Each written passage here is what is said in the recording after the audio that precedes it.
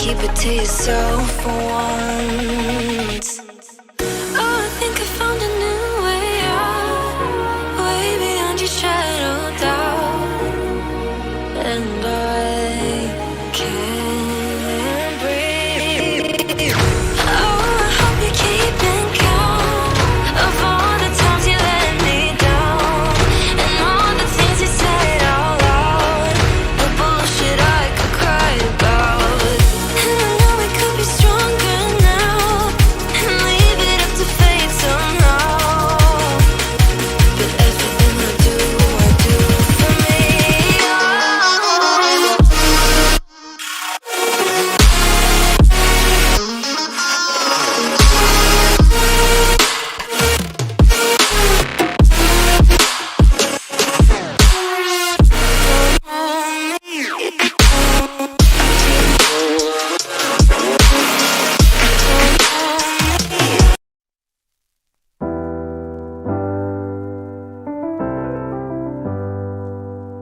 I get lost sometimes and I can't seem to find a light between the walls I built for myself right in my mind. And then you came over and you showed me love that I never had seen before. And now when I got you, it's all gonna be alright. Thinking about all the things we did tonight, what a time to be alive. Just you and I, just you and I. Only you can put my fire out. You can turn it all around. You can lift me off the ground, so we can fly again, so we can fly again.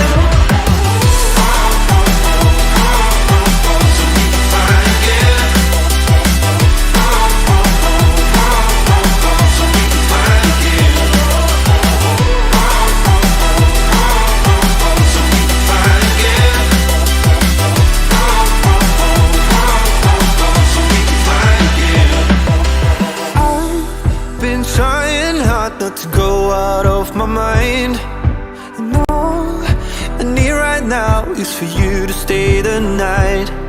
But if you keep saying that you've got to leave, then I'm gonna be alright.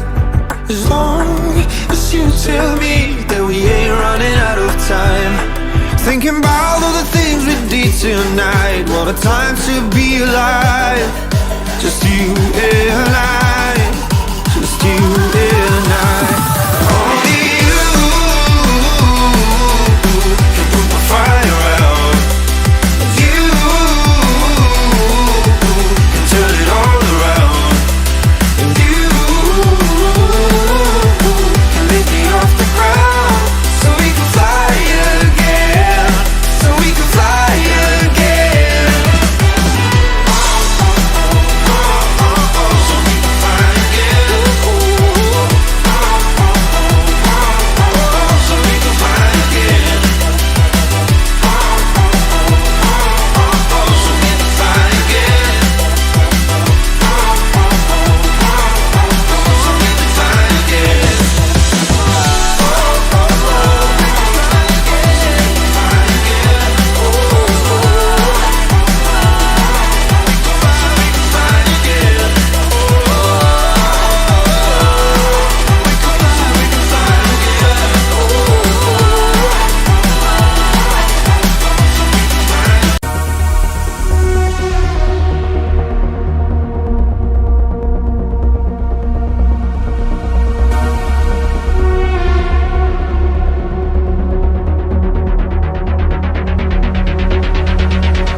Atomic particles traveling near the speed of light do decay more slowly than stationary particles. As strange and counterintuitive as it seems, time dilation is a law of nature.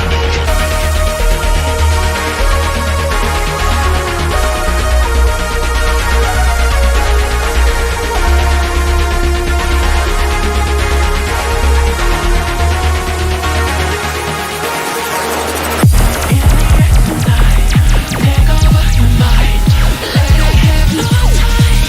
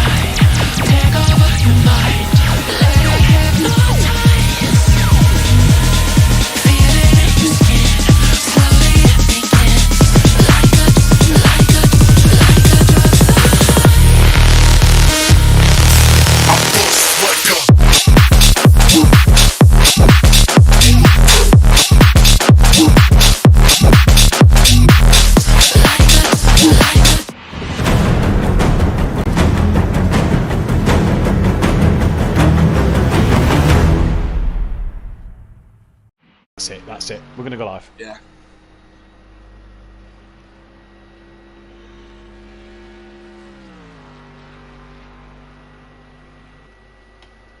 Good evening, ladies and gentlemen, and welcome to Simplay Motorsport for the Season 3 opener here at SPA-FRANCORCHAMPS with the Pro category. I'm Matthew Duffin, again in the commentary box, and I'm delighted to be joined by my co-commentator and partner in crime. It's sticky and sweet in your box. Kelly Davis, how are you?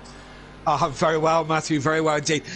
Excited. This will be my first full season as a commentator here on Simplay, because I joined you kind of halfway through the last season and kind of learning everything. But I'm up to speed now and part of furniture. So I'm looking forward to a new season. Very excited about the driver lineup this evening. Oh, yeah, it is a driver lineup that is mouth-watering to say the least. And I'm just going to bring the image up just so I can... There's obviously an image at the bottom of your guys' screen now, but I'm just looking at a different one. I'm going to run through the driver lineup just very quickly for you, if I may.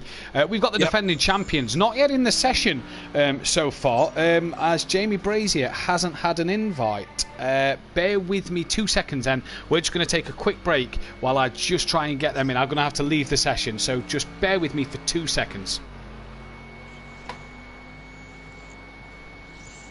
Why has he not had an invite?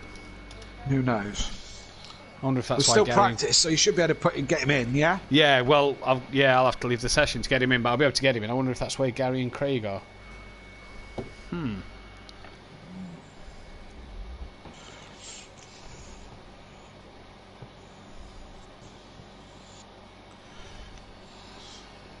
Just send Craig a text. Well, Craig's Little Leach is out there. Is he? Is Gary? Yeah, he's no, I can't see Gary on my screen, but I'm watching Little Leach now. Right, edit. Let me just double check that Jamie's in there. Yeah, Big Boy Brazier's in there. Big boy, Join lobby. You should get another invite. Ignore it. Right. If people get another invite, it's to this lobby. So, yeah, Little Leach's out there. There's no Gary. It says synchronising, and it looks like I'm coming straight back in.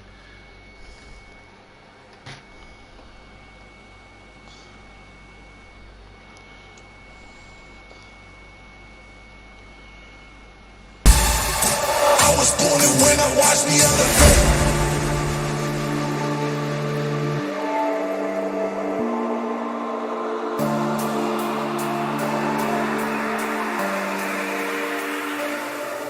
Yeah. All in when I show up.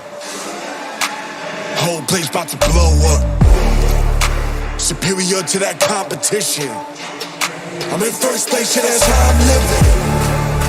I'm winning till they digging up my grave. I never swear. No, never. Never ever. So that's fun. Brilliant. Oh, Let's dear. go back. So let's go live. Apologies about ladies and gentlemen. Forgot to put the press mute on the wrong bit. But we are back live. Hopefully everybody's Can't get the invites stuff. will have One been... job. Hopefully everybody's invites will have been set. We are expecting 15 guys on the grid tonight. No Sutty Apex as he is working. Just going to look at the comments on the chat saying a few people can still hear us. But that is the case at the moment.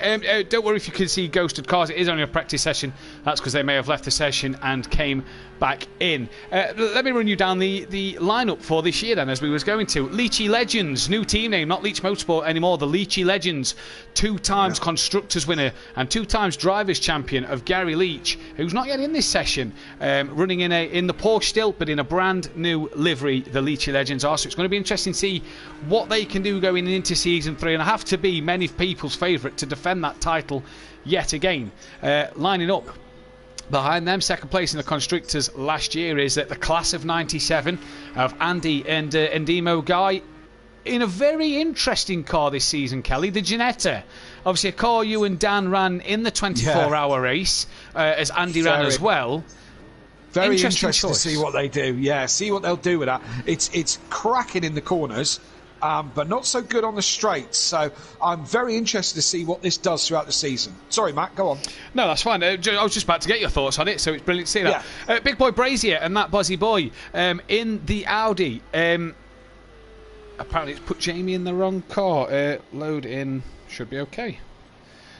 Oh, don't you just love the virtual world when you're getting all these technical problems already on the first night? Yeah, it's brilliant. That Bozzy Boy then, and Jamie Brazier running in the Audi for Iron Brew Racing, and how appropriate that the kind of Iron Brew's blue and orange, and so's their livery this year. Then we go to GQ Motorsport, and I bet there's nobody in the chat can guess what the GQ stands for, of Monkey Boy and Peaceful Explosion, teaming up, staying in the Mercedes-Benz, what Monkey Boy, the defending Pro-Am champion, was in last season, and Peace was staying in his, as we like to call him, staying in his typical Mercedes-Benz, as well as Big Boy Brazier's in. Let's just go on, but he's in the right car. He's just texted me, so it must have been loading up wrong on his screen. We then have Run Flat Racing. Like we say, no Sooty Apex tonight, as he's at work, but Phil, he's flying the flag, and I'm very excited about this team, running in the Acura, in the Team Dynamics Honda colours, the black, orange and white, and you've got a whole season of commenting on your favourite car, Kelly. We're going to get into this a bit later on, but okay, we'll get into that a bit. Shake and Bake Motorsport coming up. D-Biggs keeping the same team name and keeping the same car and livery, but this time getting the acquisition of Unorthodox to partner him in crime this season, and Dan the team, man, I reckon. a very strong team. Dan the man that could do a bit. We know he's the king of the wet, but what can he do round Spa today in what is going to be mixed conditions, we have to say. We then go to Simplay Racing with Mazda and Keegs, another favourite for the title in Mazda, in my opinion anyway. Mazda, a very formidable opponent to all these guys, and he has got to be one of the favourites with Gary and Dan. But Mazda and Keegs there running in the Mercedes-Benz, so what can they do? Can Keegs rekindle his form of season 1, or will he fall flat on his face again in season 3? And then bringing up the rear, straight line racing of Welshie and Rabbit Joe. Joe sticking with the Porsche for 3 years in a row, Rabbit Joe is, but Welshie coming out the Lamborghini after 2 seasons in that and going to the Porsche, so it'll be interesting to see what he can do. Yes, indeed, and as I said at the top of the show, it's a very exciting lineup. I think Leachy Legends have got their work cut out with this season. There's who have we got? D-Biggs and Orthodubs. I'm really excited about that. I may be a little bit biased on those team, but I am excited that those two can do really well. But also, Peaceful goes well. Mazda, as we know, is very quick. Jamie has been on huge and amazing form.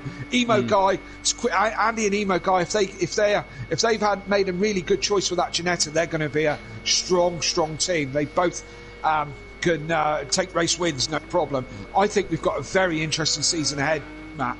I think we've got some brilliant drivers, and then take nothing away from Rabbit Joe and that Bozzy Boy, who, although Monkey Boy sort of ran away with the Pro-Am title and is already on the pace of the Pro lads, 1.1 off the leader at the moment, that Bozzy Boy and Rabbit Joe, I tell you now, these two could be an exciting two to watch in their development in the off-season. How will they fare going up against the quick lads? Will they struggle, as we've seen in the past with Deeks and Welshie last year, struggling a little bit, or will these boys, as that Bozzy Boy, I mean, straight into P7, Joe's in 6th, running at the pace of the front guys in the Pro? It's looking like that's Peaceful, who's had a bit of a spin coming out turn 1. What can these boys do? But the field, like you say, as tight as ever. Dan, Peaceful, Gary, Sooty when he's here, Jamie on his day, with provided the internet connections there, Mazda, Andy, Emo Guy, all fantastically quick drivers, and it's going to be, I reckon, one heck of a year. I don't think Gary's going to have it all his own way. No, I don't think. I think the Leachy Legends, which I love that new name, to be fair. They've earned it. Why not? Do you know what I mean? And I think, as I say, I think they've got their work cut out. I think they've got some really strong competition for this season. So we'll see how it pans out. We'll see who it's. We've seen in the past with Unorthodox and Fury last year. With a wrong car choice to start with. So all these things will play out as we start to get into the new season for sure. Indeed it will. Now, if you watched last night, we saw a bit of an Andy Neat happen at turn 1. We're hoping for a bit cleaner tonight from these Pro lads, as obviously they're not in the top division for nothing. We've got a lot of chat going off already. Just going to flick back through. Evening to Disco McDisco Face, Joe Goldclough, which is Rabbit Joe, that Bozzy Boy, which is obviously he's in the chat. The Wall is here, Evening to the Wall. Welshie, Ariel, aka Don Smithy's here as well. We've also got Sooty Apex in the chat. Phil, who's out on track, he's also said good luck tonight. Nicky, your teammate on Pro-Am. Hey Matt, and hey my teammate Kelly, he says. Hey Matt and Kelly, says the Wall. Who else we've got? We've got NJ in the chat as well as the only G. Dan, make sure you've got enough fuel. That's a bit of an ongoing joke between them two. Shake and bake. What are they going to do? Shake and bake. Nicky's loving that. Obviously, the team pro laps last night. Kelly, how was your proper debut? Not just in a fun event. How was your proper debut? Yeah, proper debut, and I got a new statistic for you now, Matt. I'm no longer every Simplay race on the podium. 75% of my Simplay races up to this point, I've been on the podium. You're on the podium every night you've raced, though? Every night? 100% on the night you've turned up? Every night I've raced. Every meeting I've been to, I've been on the podium. Just for the viewers out there, just to clarify that's now 3. Okay, so and maybe Dan helped me out with the 24 a little bit, but nevertheless, just a little bit. It was all you, Kelly. That was all absolutely. You. But no, I'm loving Pro-Am. We had a bit of a poor showing last night, let's say, as a collective, and some driving stand. Liam!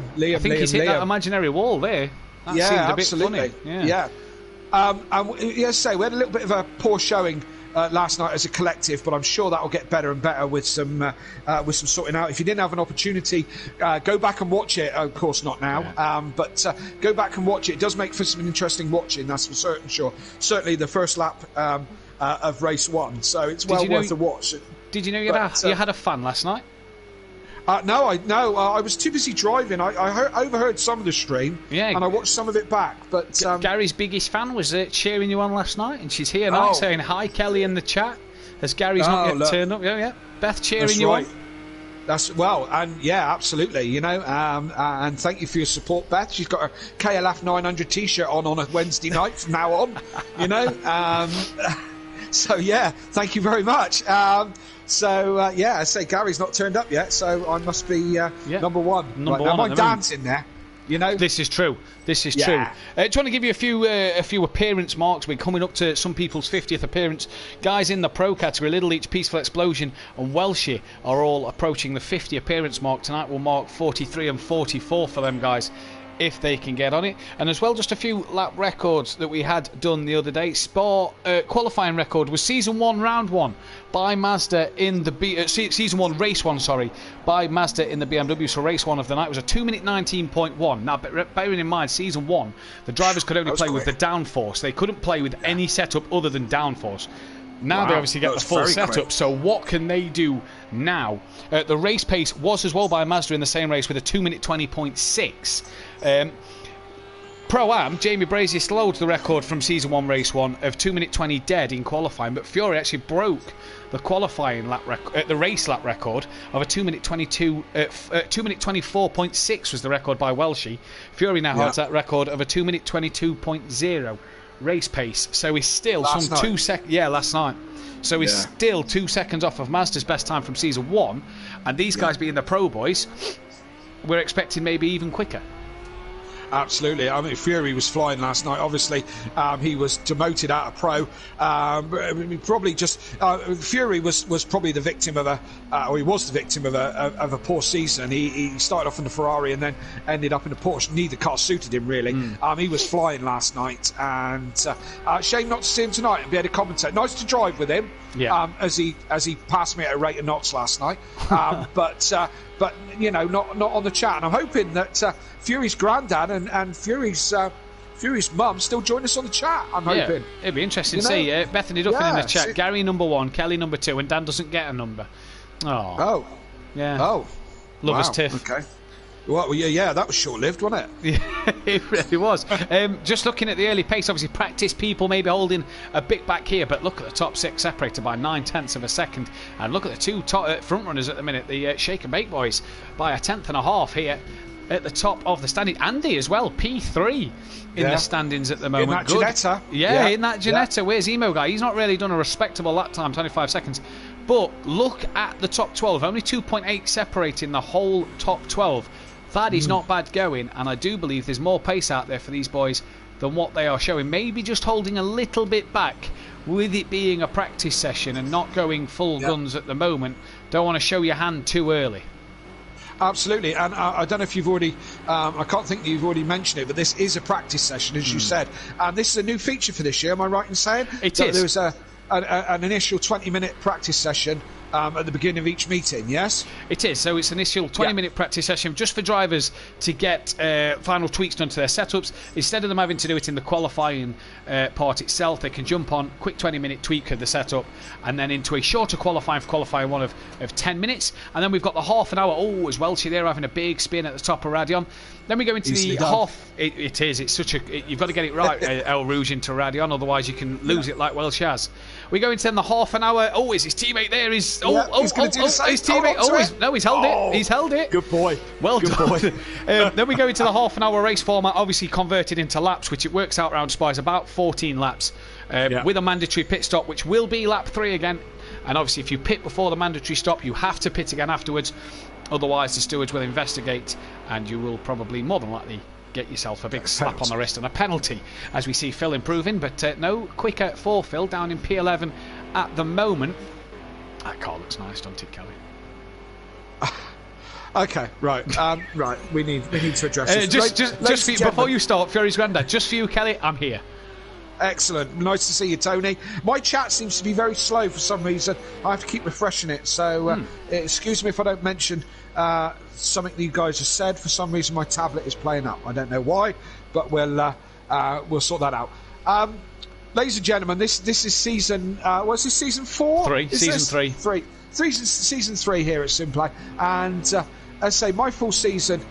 First full season this is going to be as a commentator and a driver, and ladies and gentlemen, I've identified that Matt Duffin has a little bit of a problem, and that we need to address this problem over the next few months, and I'm looking for your help really. I'm going to set up the Matthew Duffin appeal to try and help Matthew to ditch this nasty little addiction that he's got, and this addiction is Honda.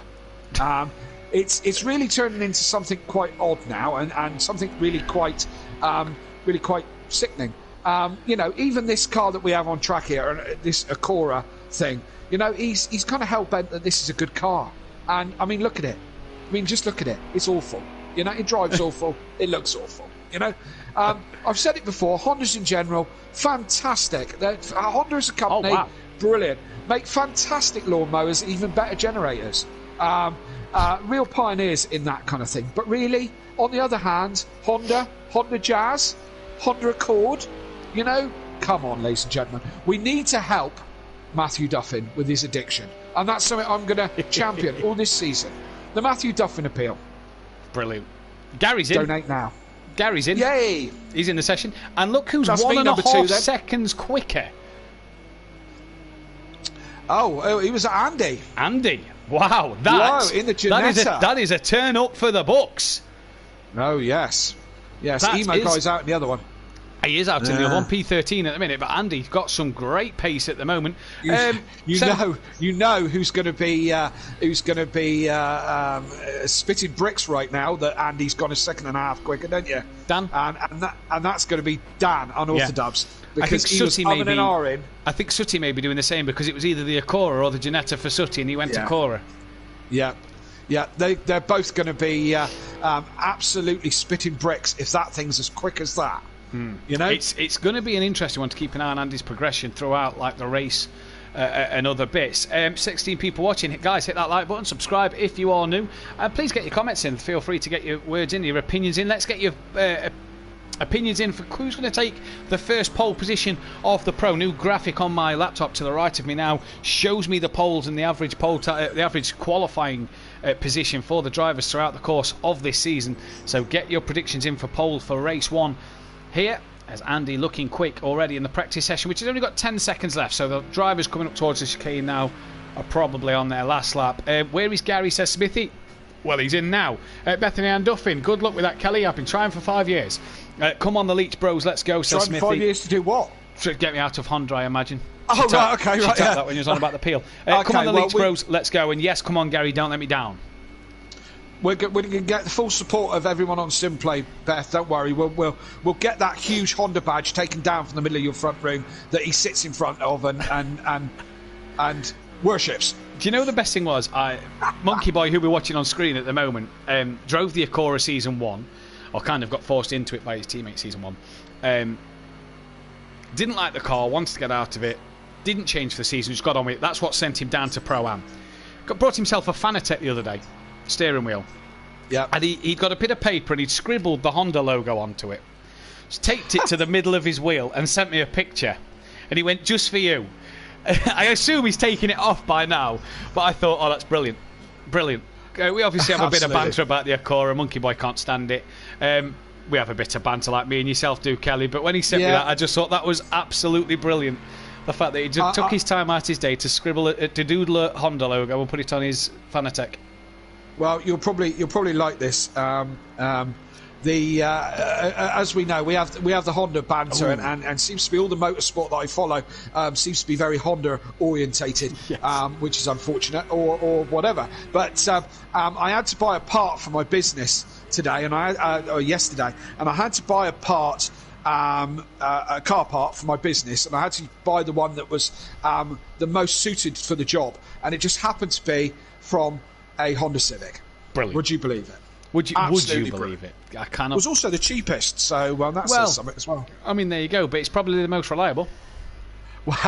Well, yeah, we'll see. I haven't got it yet, but we'll see. Andy then tops the free practice session to start things off here. We are waiting for somebody to ready up to the next screen, as obviously I had to back out to get Jamie Brazier in, as we are going to that screen now. So the guys now will be ready for their qualifying session.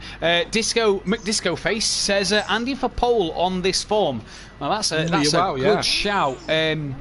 Qualifying a different thing. Now, obviously, Kelly, as we spoke about last night, myself and Liam, with the qualifying format going from 20 minutes to 10 minutes, with Spa being pretty much 2 minute 20 a lap, you really need to get out there and just crack on.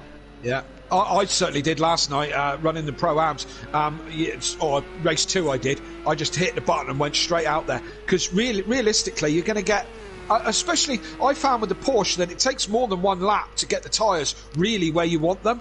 And I don't know if that's apparent for a lot of these GT cars, but certainly for the Porsche, I was doing my better laps were on my second flying lap. So you're only realistically going to get 3 flying laps if you're lucky. Yeah. If you get traffic as well, there was a lot of traffic last night. Well, it seemed very hustle and bustle out the pit lane, didn't it? People sort of fighting for track position and not really giving each other a space. As you see, look there, a minute ago, there was 3 cars sort of within the space of each other. There's the 2 Simplay racing cars, and behind them 2 are the 2 class of 97 Ginettas, as the cameraman's failing to pick up Little Each. He's got the right idea. Look, he's just gone. He's cracked on with it. Joe's gone back to the pit, so he must have had a spin. But Little Each here has just cracked on with it. Yeah, absolutely. I was going to go back to Rabbit Joe, because I think he was the first one out. But as you say, he's gone back to the pit, so it might be a setup thing as well, innit? It might not put enough fuel in, or too much. You know, might have been running with too much fuel or whatever. What did you find last night, Kelly? Did you find that put like 4 or 5 laps of fuel in and just constantly go? Yeah, I put 5 laps of fuel in and just went out and hit it as hard as I could. As I said, with a 10-minute qualifying, you haven't got time to, this outlap, those tyres are cold. Completely cold. Yeah. It's start the race, whenever you start the tyres start green, but they start very blue when you come out of that pit lane. And as I said, by the end of lap 1, I hadn't got them into the green, not properly into the green. So I was doing 2 flying laps, and you just ain't got the time in a 10-minute session. You have to get out there and get on with it. Yeah, that's it. Monkey Boy must be listening to the stream, so I've just received a picture saying it's not on now, and the Honda logo is no longer on his Fanatec. Excellent. Now got a Volkswagen one on there. Good man. It could have brought your luck tonight, Monkey Boy, but maybe not. DJ Phil in the chat. Andy for the win. Come on, well, she says Aidan Bennett. 2 to 3 laps to get the temps up for sure, says Disco Face. The wall. Andy's really fast, but I bet Dan gets the pole position. And the only surprised no one has the Merc on the front row.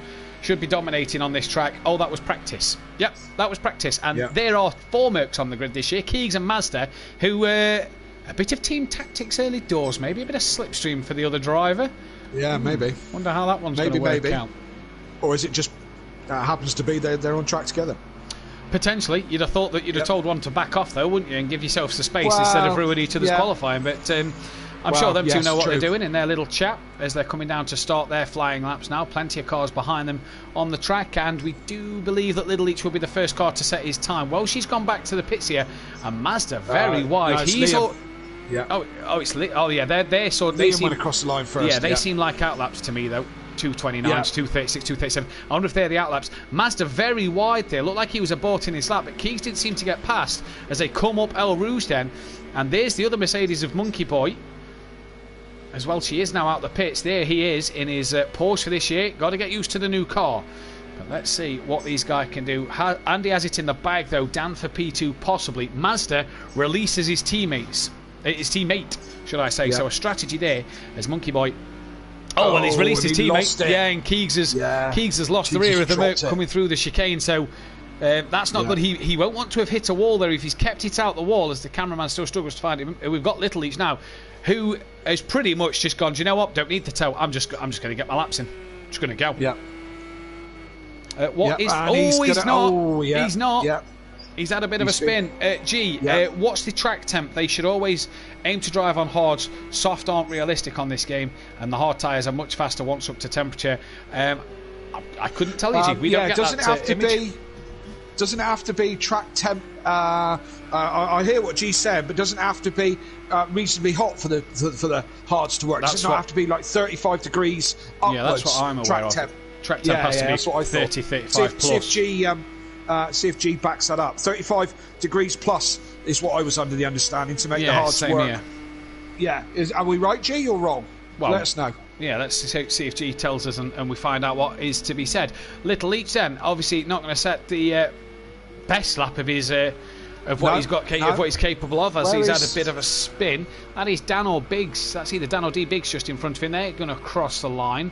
As Gary is towards the back end of the track. Little Leach is going to cross. And it was D Biggs who goes pole with a 219.1. So good start for D Biggs. Little Leach tucks it in fifth. Jamie a 220.6. Here comes Unorthodox across the line now. And what's he going to set? Only a 219.5. So already 4/10 off the back of his teammate at this moment on time. Here would say the hards anywhere over 20 to 25 for hard. So maybe 20 to 25 degrees. Is that Celsius, I assume? For the hards, it's not going to be Fahrenheit. It's definitely not going to be Fahrenheit. We're looking at the minuses then. Who's not set a time yet? Gary hasn't set a time. Andy still not yet done a respectable lap either. There's Welshie. He's just gone at P14. For some reason, the cameraman's picking him up there. Andy's crossed the line P12, so improving a little bit. Oh, as he's lost the rear of the car. Gary up to P4 with a 220.6. Peaceful explosion, or as we like to call him, with a 219.5. So getting a good lap in early doors. That Buzzy Boy, Andy and Gary all in the pits, and that's Welshie, who's had a big spin at the top of Radion again. I don't know why, but it keeps jumping onto Welshie. Yeah, and that I didn't change that. That just changed itself. The cameraman seems to just be glitching out a little bit here. Yeah, I didn't change that at all. That went straight to Welshie, and then back. Oh, bizarre. Oh, that's peaceful. Yeah, that's peaceful. And he's going to have to get that back into the pits and get that out as quick as possible if he wants to get another lap in. D Biggs as well is in the pits. Phil's got a bumper that's dancing around there as the cameraman again is looking to find Welshie. Somebody else. There's Keys. Not that we don't like you, Welsh. We love you to bits. No, we love Welsh to bits. Yeah. I was going to try and go on board with someone, and Andy's just started a lap by looks. I want to go. No, that's already too late. You keep talking, Matt. I'll find somebody. Keep talking. Okay. And somebody will be who's just starting a lap.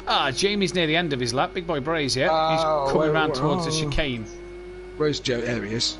Right, okay. I'll let you talk us through. Let's see if he goes for another one. But we'll use Jamie coming into the last chicane. There you go. And where bus stops changed loads over the year. I love this track. Spa, I think it's fantastic. That bus stop chicane was better in the old days, though. So here we go. Turn one. Hit the brakes on that darkened patch. I go down to second gear. Hug the wall. And don't spin it on the way out on the exit. Really easy to light the rear tyres up. Now you want to be flat scat all the way down here, down through the box. Absolutely nailing it right down the hill. Tuck into the left-hand side. Drag it round to the right. Stay in track limits through Eau Rouge here. Up over the top. Keep it in track limits, which Jamie did. So the best speed you can get up over the top of the hill, you carry it all the way down this long straight. This is where Mika Hakkinen and Schumacher did that famous overtake. Mika Hakkinen on Schumacher as they come into it. Hit the brakes now. Down to third gear. Through this tricky section, easy to lose the back end round here. Just come off the throttle a little bit, nail it as you get halfway through the corner. Try not to run wide. Come down the hill, hit the brakes now, down to second gear. tuck the apex, try to hold it on the apex all the way down. Quick spurt down to the corner with no name. That's never had a name, apparently. Try not to run wide again. This is one of the worst corners on the track as we come down the hill. Try to brake where you dare. You need a little bit of brake, maybe down a gear, but try and keep it in track limits. Really easy to do that, and wider out onto the tarmac. This is my favourite section coming up here now. These kind of S section through here. Down a couple of gears, third gear, run through this corner, drop down another gear, hug the apex, don't run wide, there's gravel out there, as Jamie nearly found. Again, down to second gear, hug the apex, now nail it. You're going to be flat scat all the way to the bus stop chicane. Flat scat through here, try and hold on to it as the car run wide and goes up over the curb. Pull it back over to the right hand side as you've got two left-handers. One is tighter than the other. First one's a breeze. Absolutely flat scat, no problem at all. Bring the car over to the right hand side, pull it right into the left, try and hug that apex and not run out wide over the curb. Come up to the bus stop chicane, brake as late as you dare, but not too much so you go over it, and second or first gear if you dare. Hug the apex to the right, hug the apex to the left. Try not to lose it on acceleration, but get on the power as fast as you possibly can to get a lap in and over the line of Spa. And he stays P4 with that lap time. Looked a pretty good lap from Jamie as well, but it stays P4. All in limits, wasn't it? Yeah, it looked all great. A few times you ran a little bit wide, but looked brilliant. As qualifying is over, so Jamie will be the last man to finish his qualifying lap. Now looking at the grid, Welsheet done, Rabbit Joe done, Keegs done, That Bozzy Boy done, Phil done, Emo Guy done, Gary done, D Biggs done as well. So already we're seeing drivers finishing their qualifying. They're qualifying and just starting to maybe get a grip for where they are. As Unorthodox as well has gone into the pit, so he's not going to get pole position. Done. So there's not many drivers. Peaceful, Mazda, Big Boy Brazier and Andy all out there on laps at the moment. I do believe they're all still on laps. Mazda certainly is. Jamie will be the last one to cross the line, so we'll keep our eyes out for that one then. Peaceful currently on the front row of the grid at the moment. Mazda a bit further down than I was expecting him to be. But I tell you what, Porsche, Mercedes, Porsche, Audi, Mercedes, Porsche, Acura P7, oi oi. Hey, we can do it, people. Oh, Jamie's pitted, so he's not going to get pole position either. So Andy now then will be the first man to finish his lap, and he's 7.5 seconds off the time. So we're not seeing his practice pace at the moment. What's he going to do in this Ginetta? Is he's going to come across the line any second now? What time's he going to set? And it's only good enough. Oh, it is. It's good enough for pole at the depth by a 1/10 of a second. What can Mazda or Peaceful Explosion do from here then? I imagine Peaceful on track next. Is it? There's. Where is Peaceful? Yeah, he's at the chicane. So Peaceful and then Mazda to finish his lap. Now, what's Peaceful going to do? Mazda down now to P11. Peaceful off the front row of the grid. And can he get back on the front row?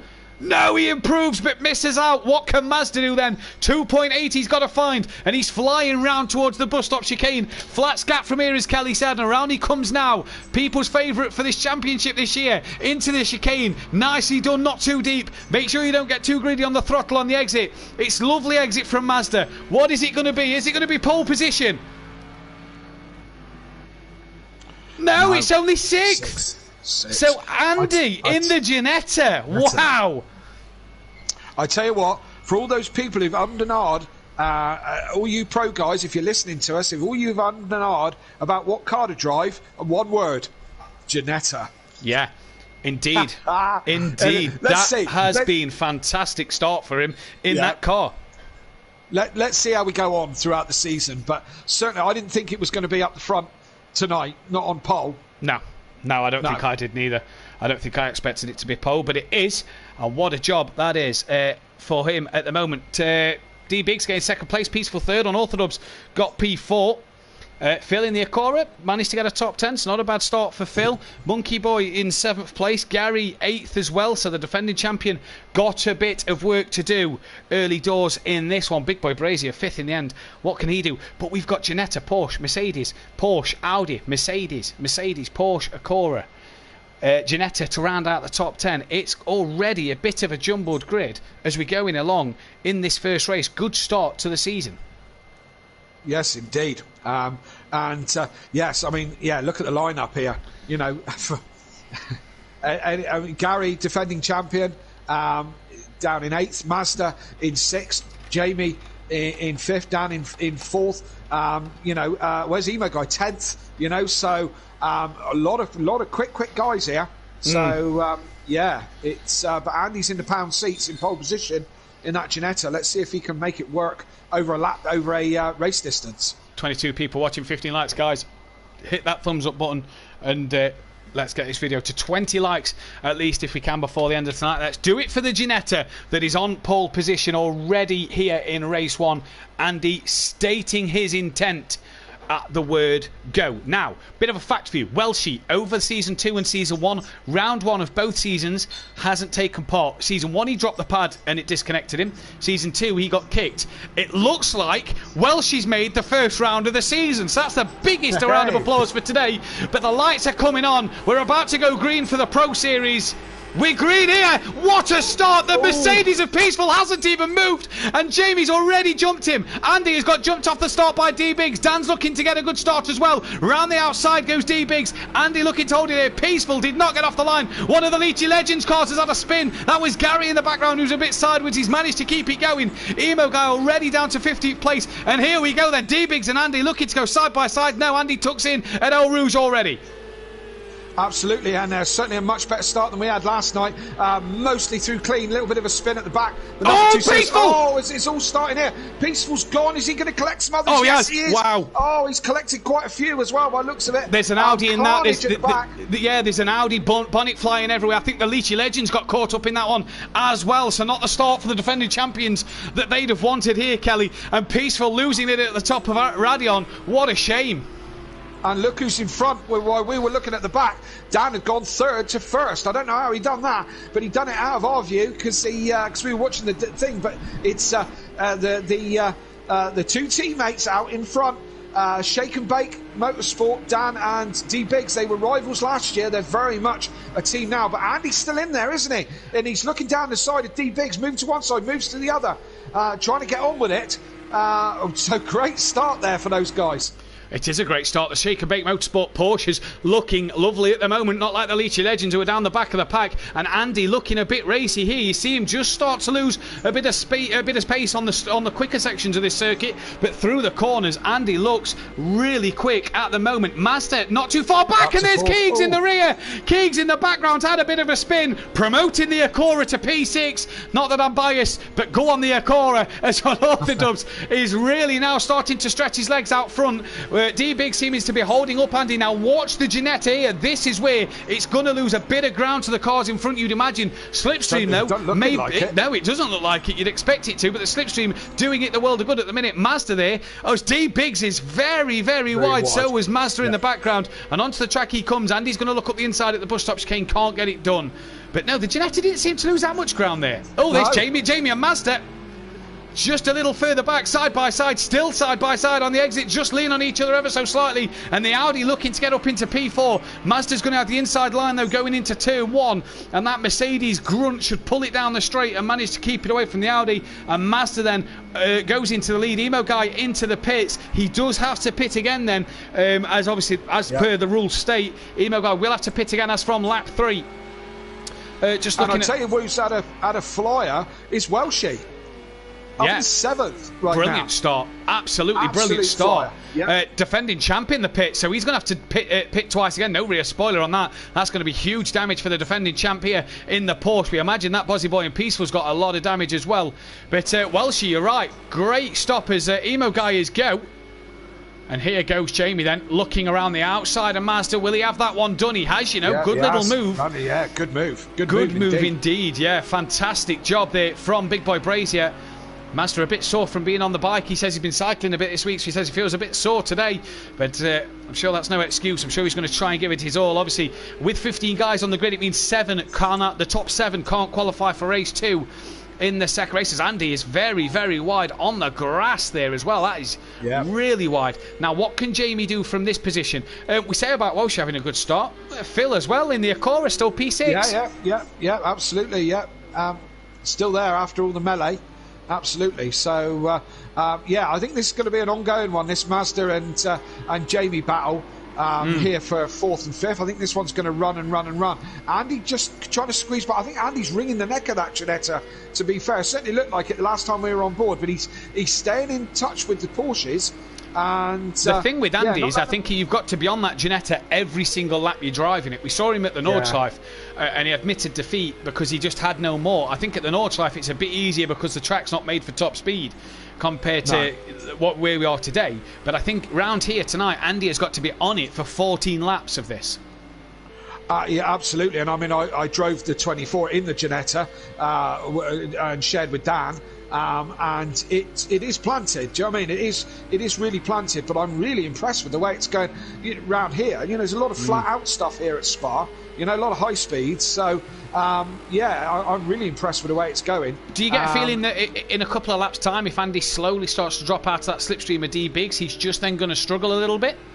Possibly, yeah. That might be just what's helping him along. I mean, how much does he have to pull? How much?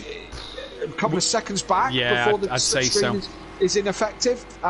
He's certainly staying in touch with these two at the moment as we go into lap 3.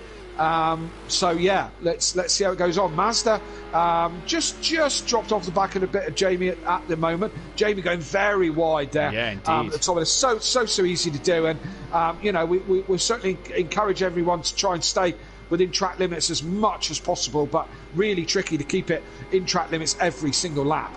It is indeed. 26 people watching the stream. Guys, hit that thumbs up button. Let's get this video to 20 likes. Great effort from everybody at the minute. Here is Welshie looking to attack the Acura and maybe move himself into the top 6. Now, I'm not sure if Welshie's on the pad or the wheel tonight. I know Keegs, obviously Keegs, the son of Welshie's, apparently fixed Welshie's wheel and managed to get it working properly. So could he be back on the wheel, or has he not had the time with work to get the laps in on the wheel and feels a bit more comfortable on the pad? But either way, good start from 15th on the grid. Peaceful, can we just say. Still in the pits. Still in the pits. He had serious. Well, he's now coming out. Look, 5 minutes off the front. Unfortunately, he's going to struggle to come back from that lap down. Unfortunate. Yeah. Not the start to Peaceful season, but we said how good a qualifying he had. And you know what happens when we praise Peaceful? Yeah, absolutely. We've got to stop doing that. This is why we call him... Gary Smithy says Gary will be looking at race 2 already, without a doubt. I'd imagine here goes Monkey Boy looking at the... not Gary, but at the Leachy Legends, teammate of Little Leach. Disco Face. Only the fuel starts to go down. I think Andy will come back at them. The pace is there, was without the slipstream in the quali and practice. So Disco seeming to think that Andy could come back at them later in this race, but at the moment that isn't to be the case. Monkey Boy here though, at the moment, what has happened to Welshie? He's dropped down to P9, I'm noting on the screen. So has Welshie dropped it somewhere? Because he's behind that Monkey Boy battle. Yeah, he's got damage to the front of that car. Pit window is open this lap, so these guys can pit. Andy's still keeping them honest, look. I mean, he's keeping them very honest. You know, and you've got Mazda and Big Boy Brazier behind, and they're no slouches. And these three are just pulling away from the other guys there. So the Ginetta, what you know, where's it been? Yeah, now is this the way that? Is this the way that people should have been going? If that's the case, Phil and Sutty could be on for a cracking season, as the cameraman still wants to pan to Welshie. Welshie is the first one then to do legal pit stop within the pit window at the end of lap 3, as it goes back to Welshie again. And there is. So it's Dan from Biggs, Andy in the Ginetta. Great start for him. Then behind them is Mazda and Big Boy Brazier. And Welshie's pitted, so he can take that. We presuming he's pitted. He's forced to pit because of his damage, but he can take that as his mandatory now, can't he? So within his pit window. Lap 3. So lap 3, the pit window opened when you started lap 3. So they're in. Keegs is in at the end of lap 3 as well. So did he have a bit of damage? And with him down to 12th, we saw him have a bit of a spin. Has Keegs just dealt with the damage until the pit window? Maybe he's been able to get it going. Gary has moved above them too, but obviously will need to come into the pits again later in this race. But here then, good little battle between 4th and 5th. Here's a good battle for 7th and 8th at the moment. And I tell you who's having a bit of a quiet race in P6, Phil. He's not near the back of Mazda, which we expect in the Acura. It's not got the same speed as what the Mercedes has, but it's doing a good job at the moment. He's managing to keep him, with the two behind him battling, he's managing to keep that gap. It's doing a solid job. Phil's doing a solid job with that Acura. You know, poor guy's got to work with what he's chosen, hasn't he? You know. Well, the thing is I've said this for the last 2 seasons about Phil, is he seems to have been one of the most unluckiest drivers. Every time there's been an incident, Phil's been caught up in that incident. He looks like he's got away with this one tonight, and he's managed to get through the drama that happened at the start, and this is his reward for it at the moment. Let's hope so. Let's hope that he has a better season. Let's hope that him and have a better season this year. Yeah, well, as you can see, hasn't got off to the season flyer he'd have wanted to. Well, no. We need to. We may have to adopt for the whole season, because it turned into a bit of a running joke for last season. But we don't want to see that bad luck coming back for. So we see Monkey Boy all over the back of Little Leach. Little Leach, yeah. Who's, and Porsche must have been absolutely banging out spare parts like you wouldn't believe as Little Leach goes into the pits, which makes sense. There was a lot of damaged Porsches last night, including my own. So Porsche parts must have been really popular this week. Yeah, and they're going to be popular again with Gary having a smashed up Porsche, and Welch had a bit of a damaged Porsche. Little Leach has now, as Phil has gone into the pits, as well as Little Leach. The cameraman just still wants to pick up Welch at the top of Radion for some reason, not quite sure why. Andy then, he's 8 tenths behind D Biggs now. Biggs has started to gain a bit more on the back of Dan. Pressure makes prizes, Andy. Keep them Porsches looking back. I just get the feeling that Andy's a bit further back than he has been over the last couple of laps, as that Bozzy Boy is into the pits as well. Not the start to his pro debut that he'd have wanted. No, indeed. And who is Disco Face? Is he someone we know as new? Somebody else on the... He messaged the page this morning saying he had an interest in racing, so we're trying to find him a spot. Right, okay. He's not someone we know in a different... nope. He says he knows name. Andy and Emo Guy, so... Okay, cool. I don't know if he was, you're going to tell me that he was such and such who normally races somewhere else, but that's fine. Welcome along, Disco Face. We love that name. I like a good disco myself. What did you say Sooty was doing this evening? He's at work apparently, but he's commenting on the stream more than he is working. Yeah. Another Sooty's kind of work. Yeah. Yeah. Sat there, feet up. Crack on, Sooty, innit? Cup of coffee, packet of digestive, watching his boy in the Acura tear it up. Absolutely. You should take your PlayStation to work, Sooty. You can obviously got time to mess around as much as you like. So, Team Prolapse in the chat saying shake and bake with the rainbow afterwards. Team Prolapse. Rainbow. Peaceful's then got past that Bozzy Boy, but obviously Peaceful will have to re-pit here. Obviously, it might have been to pit after the mandatory stop. Now the shake and bake Porsche is not pitting yet, and Andy choosing to make an early pit stop then. At the end of lap 5, Andy choosing to pull the trigger here. Interesting start. Rabbit Joe still in the pit, so he's having a bit of a hefty stop here as well. Not sure of the damage he's got, but he's having a bit of a long stop. I've raced at Motive and Rubbins in the past, but cheers for the shout-out, boys. There we go then, that's where we know him. Brilliant. Yeah. Fantastic, yeah. Mazda all over the back of Big Boy Brazier here. In fact, is he going to have a look down towards you? You've got to be careful overtaking down here, as there is an imaginary wall along this pit wall here that you can, if you get so close to it, it's as if there's a wall that sticks out and you hit it. Yeah. A few people hit it last night. Luckily, I've never found it. So, there we go. Top of the hill, we go to top of the hill, again. straight back to Welshie. What's going on? It's it's glitched out a little bit, hasn't it? It's going to pick Mazda up. There we go, as we just changed back to D Biggs now. Him and his teammate leading this one. BT, come on, Danny boy, he says, flexing the muscles. Indeed, come on, Danny boy, he's having a cracking little drive. And I tell you what, lovely. Go on, Prolapse winners in Pro and Prolapse winners in Pro-Am. Wouldn't that be nice? Constructors in both. Although, this shake and bake here, but we'll call them. Yeah. We'll call Dan Prolapse, so yeah. Now, Dan changed to the Porsche back off last year, Kelly, as we both know, and he had a great second half to the season. He's kicking off where he left off, isn't he? Absolutely, yes, yeah, and no sign of that weather. We're going to see that a bit later on tonight, are we? There's rain forecast, but when it comes in, we'll have to wait and see. There is rain forecast for tonight, but we'll have to see when that weather rolls on in. Because we know how good Dan is in the wet as well. So, it's a good start for the shake and bake team. A 1-2 would be a fantastic fantastic result. Is that somebody getting out the yeah, way? that's Rabbit Joe. It looks like he's had a bit of an off, but staying out the way either way. Fury says, I hit that wall in LMP2 and went to the International Space Station. That's right. Yeah. Peaceful hit the wall and it blew his tyres, and Mazda and Kieran was coming up El Rouge as Peaceful was limping and somehow avoided him at full speed. They both didn't lift, and it was, yeah, it's crazy that. Yeah, as I said, I've never found it, and I don't ever want to be fair. No, it is a bit of a nasty wall then, as here goes Mazda. Dan pulls the trigger for Team Shake and Bake and goes into the pits at the end of lap 6 then. So we're coming up to the halfway mark of this race. Been a bit of a quiet one if you're the leaders. Nice and sort of single file, clean racing, no real battles at the moment. Mazda and Big Boy Brazier have been a bit closer than this, and now this is where we see, has Andy got the undercut on Dan? As we're on board Mazda at the minute, let's see that Mercedes grunt as we go up El Rouge. Absolutely, let's see if it reels in the Audi. And it seems like it is. It seems to be just getting in the slip now.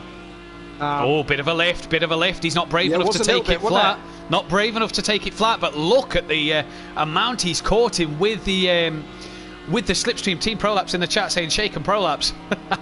Brilliant. Look at him now. He's going to have a look to the outside, is Mazda. And here goes Mazda as we just got back to Little League. No. I don't know what's going on. I apologise for the. It seems to have a complete mind of its own this evening. And I think Mazda's backed out. Yeah, I think Mazda backed out of that one. Then is he's still on the back of Jamie, but didn't get that one done. And Andy has undercut on Orthodubs. Looking at the leaderboard there, Andy's P4 and Orthodubs 5th. So the Ginetta pitting that lap early has got the jump over the Porsche. And even though the Porsche is right on his tail, Andy has got that undercut done. Absolutely, and I think there is a lot of chat tonight, which is great. We like the chat, keep it coming. But I do think that the G did put up undercut as a statement, and rightly so. We don't tend to doubt G too often. He does know his way around this game and his way around driving. So the undercut has worked for Andy. It's certainly given him track position. So wait to see when D Biggs makes his pit stop. Is it going to be a whole Red Bull scenario now? Does D Biggs want to be getting in the pits now before he loses too much time? Well, this is the question. Can D Biggs pump in the lap times then to get the gap over Andy on Unorthodox? Mazda's just dropped off the back of Big Boy Brazier towards the end of this lap. Obviously, he was attacking him early on, but let's see what Mazda can do from here. As he's coming around the back straight, we see that Mercedes grunt is brilliant. A bit wide there on the exit, but at the minute, all the drivers seem to be doing quite well. Mazda there, you see that Mercedes just sort of gets to the Audi, but then runs out of space, and Brazier's pulling the trigger on a pit stop. Yes, indeed. So the end of lap 7. Oh, Andy's gapped Dan. Yeah, he has a little bit. I don't know if Dan's had a bit of a... Dan. He's had a big moment now. He's had a big moment now. Tried to get off from running wide and straight across the track into the wall. How bad damage does that have to that Porsche? What damage is that going to have done to it? Dan was looking comfortable early doors, but he's hit the wall hard, and now Andy has a huge gap over him. He looked like he scraped down the wall. Maybe he'll get away with that one, Matt, with not too much damage, because he hit it down the side and just kind of scraped it down the side. Might be a bit of a teacup and polish on that one, and maybe not serious damage, but certainly not what Daniel needed. It isn't what Daniel needed at all, and D Biggs then, may get the jump on Dan and come back out P2 where he was before the round of pit stops as we cut back to Welsh yet again. For some... Oh, yes, so we do, for some unknown bizarre reason, we cut back to Welsh then. Reason, yeah. Who is left to pit? Emo Guy's got to come back in. He pitted before the pit window, so has Peaceful. So has Gary, and we're also waiting for Mazda to pit. Mazda and Monkey Boy. They're the only two left to pit that haven't pitted at all yet, Mazda and Monkey Boy then. And we'll wait and see when they come in. But now Mazda will be looking to get that overcut on Big Boy Brazier. And Andy here has already undercut one Porsche and has gapped it. Excuse me, now that Gary, as I say that, Gary is into the pits at the end of lap 7. As we're on the 8th that was lap. Rabbit Joe getting out of the way again, wasn't it? Getting out of the way of someone else. Nicely done. As I said, doing the right thing. Pro-Am boys, pay attention. Big Boy Brazier here then, back down in P5. He's 5 seconds off of Dan, and he was about 5 seconds off of Dan before the round of pit stops. So he's come out pretty much at the same gap. Doesn't seem to have lost too much pace as Big Boy Brazier. His teammate currently running P15 at the moment. We are expecting Peaceful back into the pits, so Liam will be looking to gain some more points. And I know Liam's been looking forward to this, put in a lot of time and a lot of practice into this one. In fact, did the whole 24-hour in the Audis to make sure that that was the car that he wanted to run in with Big Boy Brazier. So let's see what he can do going into race 2. A lot of people was impressed with his pace at the practice sessions last week, so it'll be interesting to see what Liam's got in the locker. Now, D Biggs has pulled the trigger of the pit stop. Then, at the end of lap 8, let's keep an eye on Andy and the undercut. Mazda then inherits the race lead for the time being. Biggs into his box, stops Andy already at the chicane. Gets that one done nicely. Here comes Dan into the chicane as well. Andy away. It's easy to lose the rear of the car out of that chicane, just getting too greedy on the throttle too early. Yeah, personally, I didn't have a problem there on that one, but I learned many years ago that that's a tricky one. It's been on all the racing games that I've ever driven. That's been a problem, but it wasn't a problem last night. I gave it the respect it needed. Well, there is D Biggs coming out the pit lane now. Look at the gap Andy has got. 3 seconds. Yeah, I mean, well, unless D Biggs had a couple of slow laps, which we don't think he did. We know Dan had a bit of rub on the wall, but doesn't seem to be giving him too much trouble, so hopefully he hasn't got too much damage. But D Biggs, we don't think had any problems. So yeah, Andy's flying, and the undercut certainly worked a treat for him. It really has. There is Big Boy Brazier in the background then. He was 25 seconds off the race leader Mazda. So we'll have to see on Mazda's pace. Keep an eye on Mazda's pace to Jamie's pace in regards of them two having a little battle. Monkey Boy in the background as well. He's yet to pit. So we do expect Phil to regain P6 at the moment. The gap looks around 17 seconds between Monkey Boy and Phil. So we are expecting Phil to regain that P6. And Emo Guy's still yet to redo his pit stop as his Peaceful Explosion. Bar that, it's just Monkey Boy and Mazda left to come into the pits, as here comes Little Leach again. He's out for damage. The Leachy Legends not having the start to their season. Oh yes, look at that. Even more for Porsche to do. Yeah, that one's 6 inches shorter than the standard one.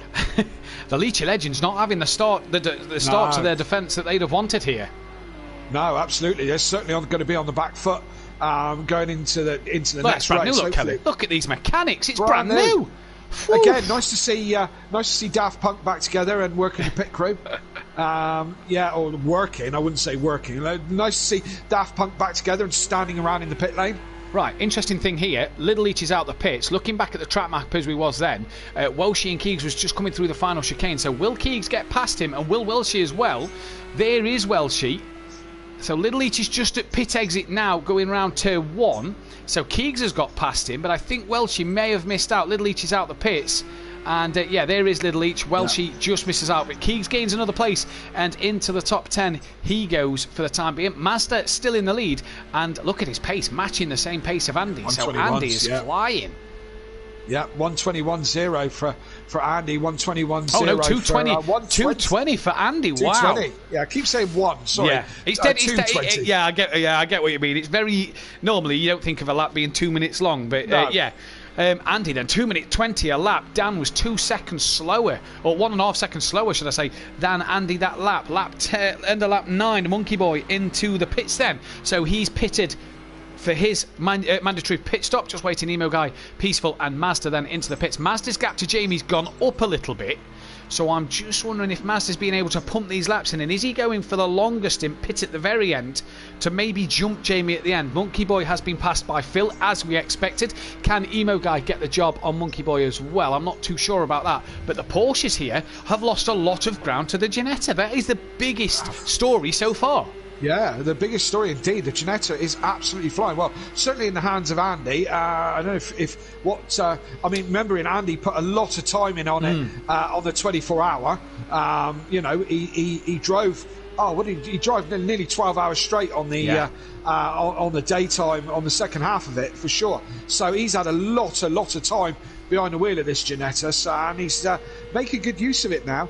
If you haven't seen the 24, if you're just coming back to Simplay, because we haven't had a Simplay event since the 24, have we? We had the practice event, last night, we had the practice event last night, but Yeah, so if you're just back to Simplay or you're new and you haven't seen the 24-hour that we did a couple of weeks ago, 24-hour for charity, we raised 1,330 something pounds, 1,333, I do believe it was, for cancer research, and absolutely fantastic day. We were all hanging out of our backsides by the end of it, but absolutely fantastic to raise that kind of money. And once again, we said it all the way through, and I'll keep saying it, thank you to everyone who was involved and raised that money. And I'm sure we'll do something else, maybe the Matt Duffin appeal next time, we'll see. But certainly big thanks to everyone. If you haven't had a chance to look at it, it's all on the YouTube channel here on Simplay's YouTube channel, so take a look when you get a chance. Indeed, take a look when you get a chance. It was a brilliant event, brilliant night. Thank you to The Wall, who was the man who hit that £1,000 mark. And thank you to this man's teammate, Gary131, who said if me and Kelly could do the whole 24 hours of commentary, obviously Kelly was in and off the wheel of racing, he donated an extra £40 and he stuck to his word. So big thanks to Gary131 as well. Peaceful has come in then for his mandatory stop and has got that done. And he's only 5 seconds off the back of that Bozzy boy, who isn't far off the back of his old teammate, Rabbit Joe. So can there be a fight between the back three positions in this one? Little Leach on the back of Keegs and Porsche versus Mercedes. Leachy Legends versus Simplay Racing already in this one. Master still leads this race. Now his gap to Jamie, keep an eye on that one. Still around the 26-second mark. So we'll see what happens at the moment. Best says how many laps it's 14-lap race. We're on lap 10 of 14. Is Dan faster than Biggs? Will there be team orders? They're about the same pace, Team Pro. That's the interesting thing. Considering damage, that pit stop was rapid, says Aidan Bennett. Disco McDisco face. Commentary is superb, lads. Top stuff. I like him. He seems come every week, Disco. Yeah, be here every Wednesday and Thursday night. We're here all the time. In relation to Andy, did say his pace will get better. Mazda at this rate will get the jump on the Porsches, says Disco. So Disco reckons that Mazda's going to jump the two Porsches. Sutty, Akora, he says in the chat. P6, he's loving it. Him. Yes, Sutty. Stop it. Stop it, Sutty. Don't encourage him. What have I told you? Bad Sutty. Work, Sutty. I'm just going to start being fanatical about the car that I love best, which is Volkswagen. You're a Red Bull fan. They're Honda. They're Honda powered. Yeah. Honda they'll be Red Bull powered next year. Yeah. Or whatever they call it. Whatever they call it. Yeah. Yeah. But it will be a Honda engine. You know what Red Bull are like? Aston Martin with Red Bull that run a Renault engine. Yeah. Good stuff. Yeah. All that. Yeah. Always looking for. Sorry, go on, Kelly. Yeah, I was just going to say, Leachy's just tried to have a go through the last chicane, which was reasonably brave. Couldn't make it stick. They both come out unscathed, but certainly Little Leach is looking very racy on the back of Keeks. It's definitely Mazda that I'm waiting for to make that pit. That's going to be the most interesting thing. Has he jumped the Porsches? That would be very, very interesting. Keeks has hit the wall. He's hit the imaginary wall, and that is going to be huge damage for Keeks. We saw Aiden in race 1 and El Alfie in race 2 get engine damage with that one. Keeks has hit the imaginary wall. That's going to be big repairs. Another pit stop. Now the problem here is, Kelly, he's hit that. Mazda can't pit when Keeks. He's got to do the whole lap. But you can't double stack your cars like on Formula 1 and on other games. So, because they're teams, they can't pit at the same time. They can't double stack. Mazda has got to get in them before Keeks if he's going to have that chance of winning the race. There's Welshie. It cuts to him as he's really, really struggling at the top of Radion tonight. I think every time we've seen Welshie spin, it's been at Radion. Look at Keeks. He is really sort of crabbing down the back straight. Dan has lost a lot of time to D-Biggs here, and Keeks letting D-Biggs through. As Dan, or D-Biggs came out in front of him, didn't he? But D-Biggs is pulling away from Dan. I'm wondering if Dan is just suffering with damage from that hit on the wall. He's just carrying a bit of damage, I feel. But hey, if he can still put it up near the front with a bit of damage, then damage limitation. Well, the thing to keep our eyes on, according to Disco, he reckons that Mazda jump both Porsches. Hey, we're going to wait and see and find out, because Mazda's got to pit at the end of this lap or the end of the next lap. I mean, if I was Mazda, I'd do it now, because you don't know how long Keeks is going to be in. You're benefited by the fact that the lap is 2 minutes 20. D-Biggs, fastest man out on track last time around, as Andy did a 2:21.1. D-Biggs just a couple of tenths faster. Mazda, again, a tenth quicker than Big Boy Brazy. That gap's though down to 25 seconds. So let's keep an eye on this one. Guy, who still is to pit again, otherwise possibly could face penalty here, due to the new rules that come in to stop drivers taking advantage of an early pit stop with... minor damage as it was brought to our attention based on Season 2. Emo Guy's still to pit again, and that's a shame as he is only 4 seconds off the back of the Acura, but has to pit again or will face penalty. Like Don did last night, which a penalty will be revealed soon on the Facebook group where the drivers are able to see the penalties go up. He could face it, and it's a big one as well. Let's hope the Emo Guy has read the rules.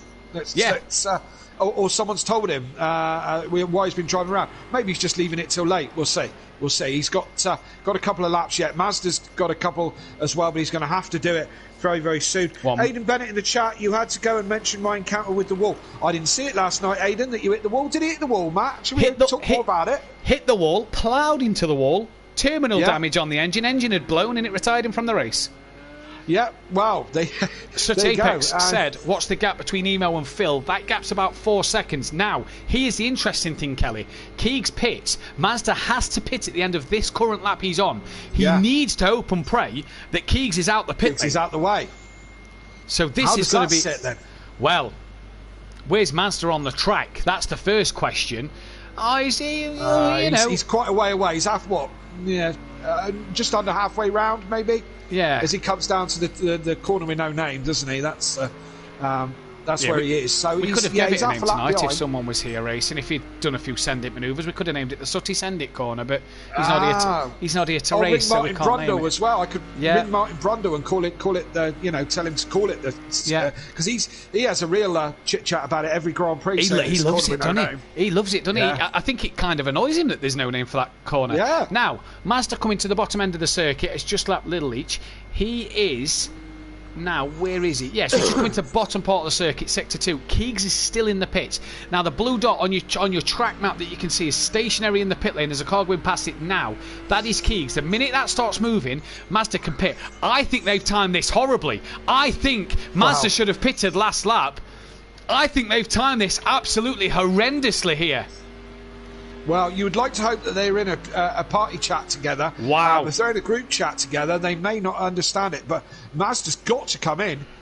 He's going to have to come in. Otherwise, he's going to take a penalty after the race. And we don't want to see someone come across the line and then have a penalty. So now watch this. He's got to pit. He's got no choice but to pit. But Keegs is still stationary. This could mean Mazda's going to get disqualified from the race. This could only make him do a drive-through. This has ruined the Simplay racing tactic already. Has Keegs pulled away? Oh, brilliant! Oh, he has. Yes, he has. Get on. Mazda, you lucky boy. Although the pit crew... they're in and out. They're gone. Well, I'm not sure. That was a stop, wasn't it? That's a stop. He stopped in the pits. Otherwise, the game will disqualify him when he crosses the line. He's crossed the line, start lap 14, and he's still going. He hasn't done the Porsches like Disco said he would. But what a pit stop! Or has he? Oh, wait, hang on. He's done D Biggs. That's D Biggs. Where's Dan? No, Dan's there. That's not Mazda. That's Keegs. There's D Biggs. Mazda's there. Mazda's done Jamie. He's done Jamie. So the gap was big enough to Jamie Brazier. But what a stop. The Mercedes, the Simplay racing crew, could not have timed that any better. But at the moment, I tell you what, we're celebrating Andy here. The Ginetta, on its debut, looks like it's going to win the race. Absolutely. This certainly does. And that's a shock for me. Now, Emo Guy's not yet pitted. This could mean penalty coming his way in terms of that one, as he's started the last lap. So that will mean that'll be. I think you and the steward staff will have to come up with a standard penalty for missing that pit stop. So that's 2 for 2, isn't it? Two meetings, twice it's happened. So now look how long that pit stop was. Keegs has now dropped to P15. So he has lost a lot of time in the pits. But this man, on his debut... Well, I say on his debut. This car, on its debut in a Simplay race here, in terms of a full-on season, not in terms of like the 24-hour that we've seen it make. Its debut in the seasons, 5-6 seconds in front of D Biggs. It has been the car of choice at the moment. And he's still going quicker. Yeah, he's is that Little Leach? Little Leach had a problem there. Oh, Gary's disconnected. Now he's got over the race. Oh, what's happened there? Gary's disconnected then. Now he got over the race distance, so will score points for 14th place. So don't be afraid, he will still score points, but a disconnection, that's not what Gary will want. He will be able to qualify for race 2, but this man here, this is the talking point so far this season already. The Ginetta on its debut, Sutty said, all mid-season, imagine if the Ginetta wins a race. Imagine if I won a race in the Jetta. Well, you haven't. This man has. Andy is going to take a win in the Ginetta. He's done it in style. Excellent. What a job from him. Little Each crosses the line a lap down in P9. It's going to be D Biggs to have a great start for Shake and Bake Motorsport second. Dan's going to cross the line third. Is it going to be Mazda to hang on for P4? No! It's him and Jamie! Now Jamie's going What's slow. Jamie doing? Why did he do that? Now, has Jamie gone for a late lunge on Mazda at the chicane, but Mazda will cross the line 4th, Jamie 5th. Now, will that be a steward's inquiry? Jamie did give the place back, so we'll have to look at that one. Yeah. Now, here's another good talking point of this race. He's bringing it home in P6! Yes, well, boy! We knew it was reliable enough, and I may have said it before, and I'm going to say it again. The sun shines on a dog's arse some days. It does. And but look at the thumbs up on the roof. It's gave you its word that it's going to do well. Emo Guy will cross the line P7, but pending a investigation at the end of this race. Monkey Boy back in the Pro Group after winning the Pro-Am. Looks like he's set to take a P8. And we've not seen the Mercs do very well. Keys hitting the wall, peaceful early damage. Monkey Boy looks like he's had pace, but has he been involved in a few incidents? Monkey Boy then will cross the line at P8. Little Each has already crossed it a lap down in P9. Welsh, as the camera will pan to him every time at the top of Radion. He's already crossed the lines. That's a P10 for Welshie. Good start to his season. Rabbit Joey's teammate looks like he's going to get a P11. That Bozzy Boy got caught up in an incident early doors. He looks like he's going to cross the line P12, and Peaceful then P13. Gary as well, disconnection late on in that race, still scores a point, or 2 points should I say, as he was... points all the way down to 15th, am I right in saying? Points all the way down to 15th, yep. Down to 1 for 15th place, but obviously you have to complete 3/4 race distance, and Gary was well over that. I think he was only a lap down, and obviously lap 11 is the limit before disconnections. Peaceful crosses line P13. So there you go then. Who takes the fastest lap to get the extra point? I wouldn't put it past the Ginetta, you know. 220.6 for Andy. I could well be. Yeah, 220.6 for Andy then. So yeah, Andy, fastest Andy lap in the Ginetta.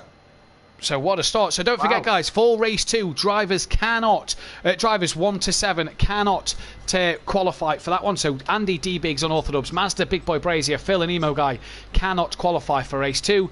The bottom half of the field all can. We're going to be right back after a very short break. Guys, don't go anywhere.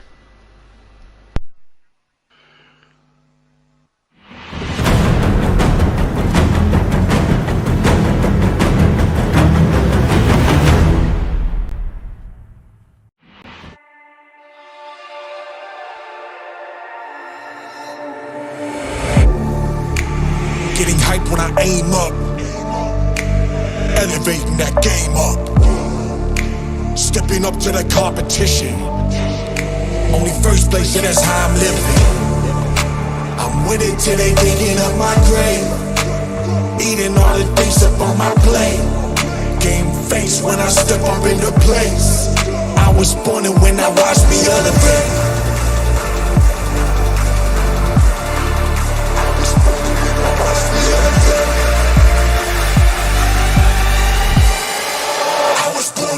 Watch me elevate.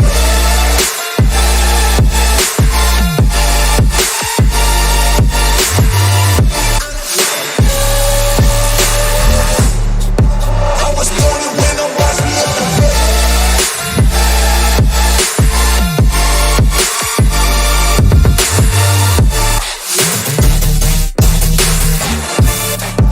I was born to win, watch me elevate.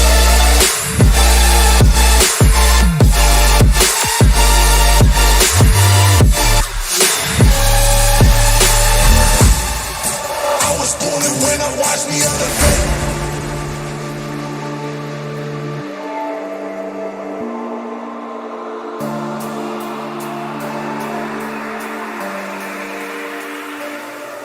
Yeah.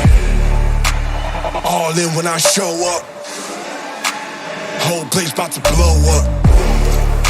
Superior to that competition. I'm in first place, yeah, that's how I'm living. I'm winning till they digging up my grave. Eating all the things up on my plate. Game face when I step up in the place. I was born and when I watch me elevate.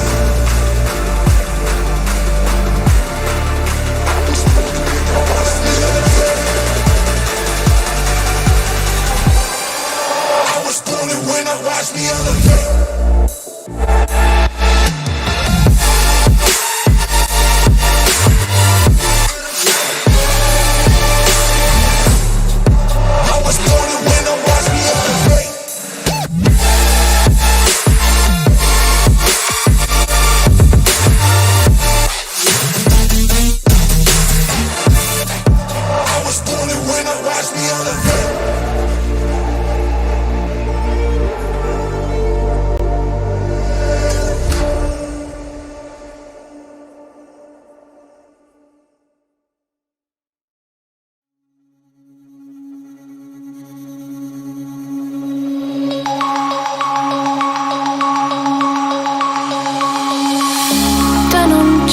Broken dreams in my pocket. Golden thing round my neck like a locket. Carve your name in my mind, cause you caught it. You caught it. You're golden, golden. Honestly, you know it. Me under the street like I am, so I could show you. You're golden, golden. Honestly, you're glowing. Me under the mezzanine, just so that I could show you. You're golden. Yeah, you're golden. You're golden. Yeah, you're golden. Golden.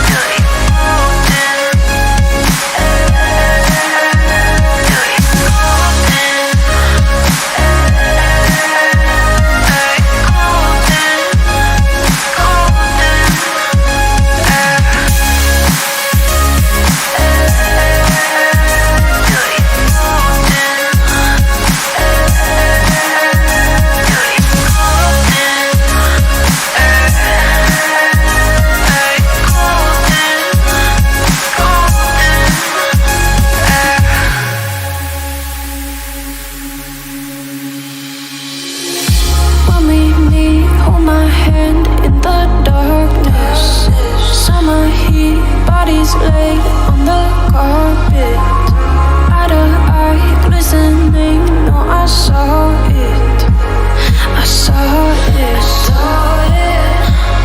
You're golden, golden. Honestly, you know it. Me under the street like I am, so I could show you. You're golden, golden. Honestly, you're glowing. Me under the mezzanine, just so that I could show you. You're golden. Yeah, you're golden.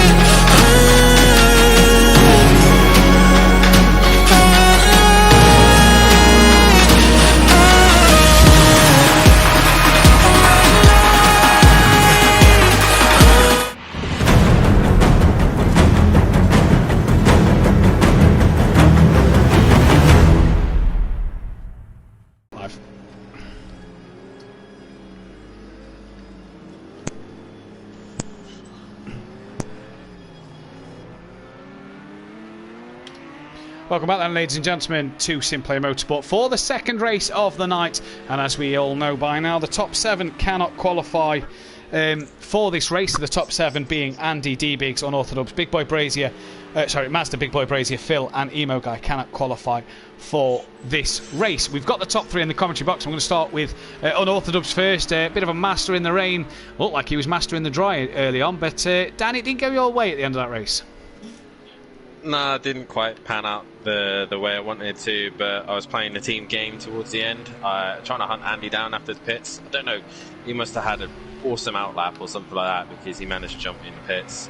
And as he done so, I can gain no time on him, made a mistake, hit the wall and then had damage. And I knew Biggs was coming in soon, so it was easier to let him go for Andy than try and fight with a damaged car. So not the worst start, but it's not what ideal to be start. Yeah, obviously the start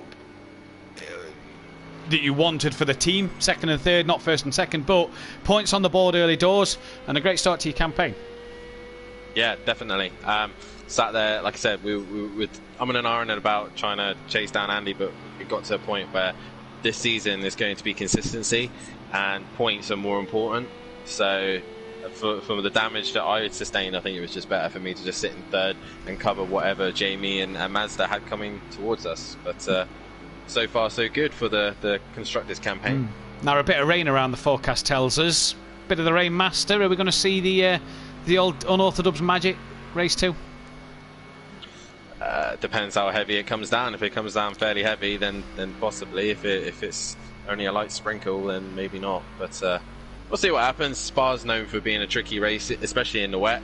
So best see what the conditions throw at us and go from there. Well, best luck, mate. We'll let you go back to your car. Yeah. Oh, sorry, Kelly. Anything? Yeah. Oh, no, I was just gonna pat down on the back really and say 2 Simplay meetings started and a Davis on the podium in each one. Well done, Dan. Yeah, congratulations to you and Team Prolapse for scoring their first podium. Well, let's try and do it every meeting, shall we? Try and put Davis on the podium everywhere.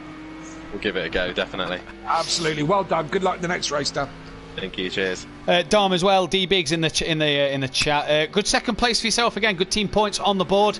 Again, yourself just didn't seem to be able to catch the Ginetta. No, the start, end of the straight, that was a bit of teamwork there. I held up Andy and let Dan go through, and then it was just a case of me sticking on the tail of him and pulling away, which we did to a point, but Andy was just banging in the laps consistently. We made a couple of little mistakes between us, but well done to Andy. That was absolutely brilliant. Thank you. Yeah, it was a great try from him. Keeping in the Porsche, keep same livery, same team name, obviously getting the acquisition of Dan into the team for this year. You've got to be confident at looking at your chances this year, not as a team but as a driver as well, at looking at a championship. Quite possibly. We'll see how we are halfway. I mean, last season I missed 2 races, didn't have a win, finished 4th at the end, which I was happy with. But I think we've got a very strong team, Dan, so I think Constructors is a big possibility. Obviously, with the rain around, what can you do race 2? We'll see how it goes. Porsche, I quite like in the rain. It's quite stable, so we'll just go steady and see how we get on. Well, best of luck, buddy. Yeah, best of luck indeed. And Andy, he's not shy from being on the podium. He's not shy from being in the commentary box. In the Ginetta, mate, that must be one to be happy about.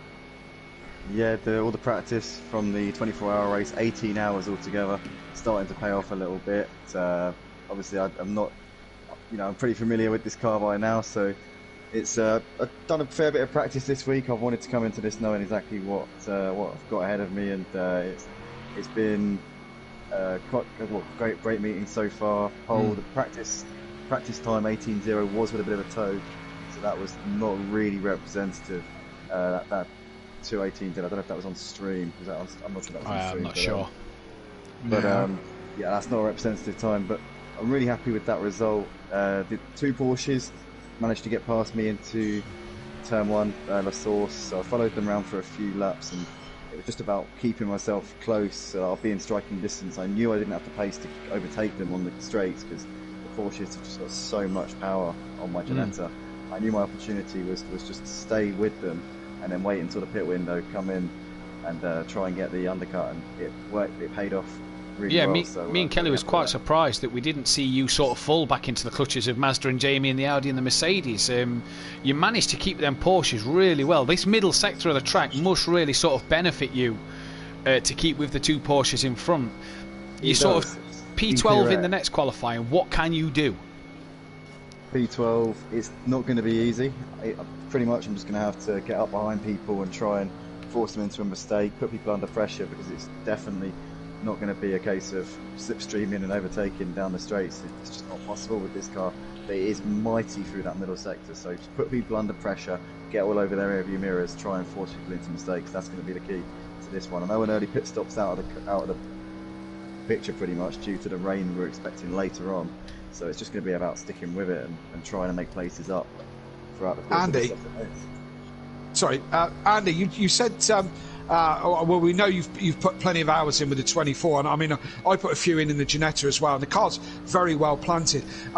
Is this strategic? You also said that you've done some practice, and in the past you said I've quit practicing. I just rock up and do it. So are you taking this one particularly seriously? Have you got your eyes on that ultimate prize? Yeah, I've made a decision. I'm not going to be racing Clio's or touring cars next season, so it's this, and that's pretty much my lot. Excellent. Well, best of luck with that, and you know, we look on really interested to see how you get on with this. I think the Ginetta certainly surprised us, so let's see how it gets on throughout the season. So best of luck. In the words, I just want to end, Andy. In the words of one wise American, you can do this all day. You can do this all day. Best luck phrase too, buddy. Thank you very much. Cheers, guys. Thank you. Have a good one. Right on. Cheers, buddy. Peaceful explosion here then, or as we like to call him, on board as he goes up Eau Rouge. I don't want to jinx him as he's going up there. He had a bit of a slide. Oh dear. I hate talking about him because he just seems to mess up. Provisional pole at the moment. That Bozzy boy P3. Wow, what a qualifier for that Bozzy boy in the pits. So he's not going to improve this time around, and he's not got enough time to get out for another lap. Now Gary P6. He is struggling at the moment. As he's just gone third. He's just gone third. Just gone third. Yeah, but again, it's not in the 18s, is it? Do you know what I mean? So, I mean, you know, is Gary just having a bit of an off day, a quiet day? Does the track not suit him, or is it genuinely everyone's taking a step up? Because I don't know about you, but I think we're really game on. Certainly, Shake and Bake versus whatever Andy's team's class called. Of 97. Andy and class of 97, Andy and Emo. They've been teammates for a while. Emo didn't really have a representative race the first one. No. He's quicker than that, you know. So I'm hoping Gary and Little Leach pull it back together, because we're going to have quite a battle through this season, I think. Oh, this could be the closest pro season for in the history of Simplay. As you can see at the minute, the top 5 separated by 9 tenths. That Bozzy boy has come out of the pits, but I don't think he's going to get a full lap in here, an out lap in here to get a timed lap in. So maybe he's just made a tweak. Maybe him and Jamie had a word. Oh, Gary, big, huge slide there. That's going to have lost him a few tenths. Joe and Little Each in the pits. They're not going to improve either. But for Peaceful Explosion, it's currently P1. Only Keegs close enough to him. Gary's lap looks a bit scruffy, especially with that slide there, to get the 9 tenths he needs. Oh, again, that rear end. Again. Yeah, I mean, Oh, Peaceful's pitted. Peaceful's pitted. He's had enough. He thinks he's done enough. I mean, we're out of time. 10-minute qualifying session goes very quickly, especially with a lap that's 2.5 minutes long. So, it'll probably be less hectic next week. Where's Keegs? Well, she's gone back to the pits as well. Where is Keegs? Monkey Boy's finished his lap. He's gone P3. So it's a Mercedes 1-2-3 at the moment. Where's Keegs on track? Not quite sure. He's behind Gary. So Gary will finish his lap first. Now, that Bozzy Boy's on track. I don't think that Bozzy Boy's going to get a lap in here. No, he's not. I don't think he was on a timed lap. Gary a bit wide there. So it's Gary. Liam will finish just behind Gary. We'll jump to Liam, see if Liam was on a timed lap, who's dropped down to P5 at the minute, but the top 5 within 9 tenths. Here goes Gary, coming out that final chicane. Any improvement? A couple of tenths will put him back up into third. He's on the second row at the moment. He's going to cross the line. No, he improves, but not enough. Now then, Liam. Was Liam on a lap? He's flat to the floor at the moment. Was he on a lap? Was he just testing something? Well, no improvement. So the only man left to finish a lap is Keegs then. Out the final chicane. Oh, a bit squirrely as he gets onto the power there. And he's backed out of that one. Yeah. So then it will be Peaceful Explosions take his first pole position of the season alongside a Mercedes, not his teammate. It's Keegs on the front row with him. Monkey Boy then will take a P3 in this one. Good job from him at this moment in time, as he's he's coming up from the Pro-Am on the pace of the Pro Boys straight away. Good effort from him. Gary then in P4 with that Bozzy Boy in P5. Little Each will start 7th. Rabbit Joe just ahead of him in P6 with Welshie 8th. D-Biggs then the first of the non-qualifiers in 9th, Master 10th, Unorthodox 11th, Andy 12th, Big Boy Brazier 13th, Emo Guy 14th, and Phil in 15th place then. Rain around at the moment, just looking at the chat. That was an epic drive from Andy, got my full respect for that one. Hi all, says Dean Wasaki. Guten even, says Daniel Francis. Come on Gary 131, get the points in this one. Little Leach, Leachy Legends 2 and 3, he says. Get in there Bozzy, says Daniel Francis. Getting faster, says Dean Wasaki. Get faster Liam, says Dean. And Daniel Francis. Gary too loose, didn't see race 1. Did he seem planted? Felt my car was looser in race 2. Maybe a temperature dependent setup. That's all I could think with mine, and that looks just as much as a handful. Well, obviously your race last night was very, fluctuating in temperature with the cloud cover rolling in. There's rain around, we've heard, so the temperature's really going to cool down any moment. Disco says, good plan for the race, Andy. Smooth, steady, more of the same. Come on, Emo, you can defo improve on race 1. What's your predictions? That Peaceful hasn't got enough fuel.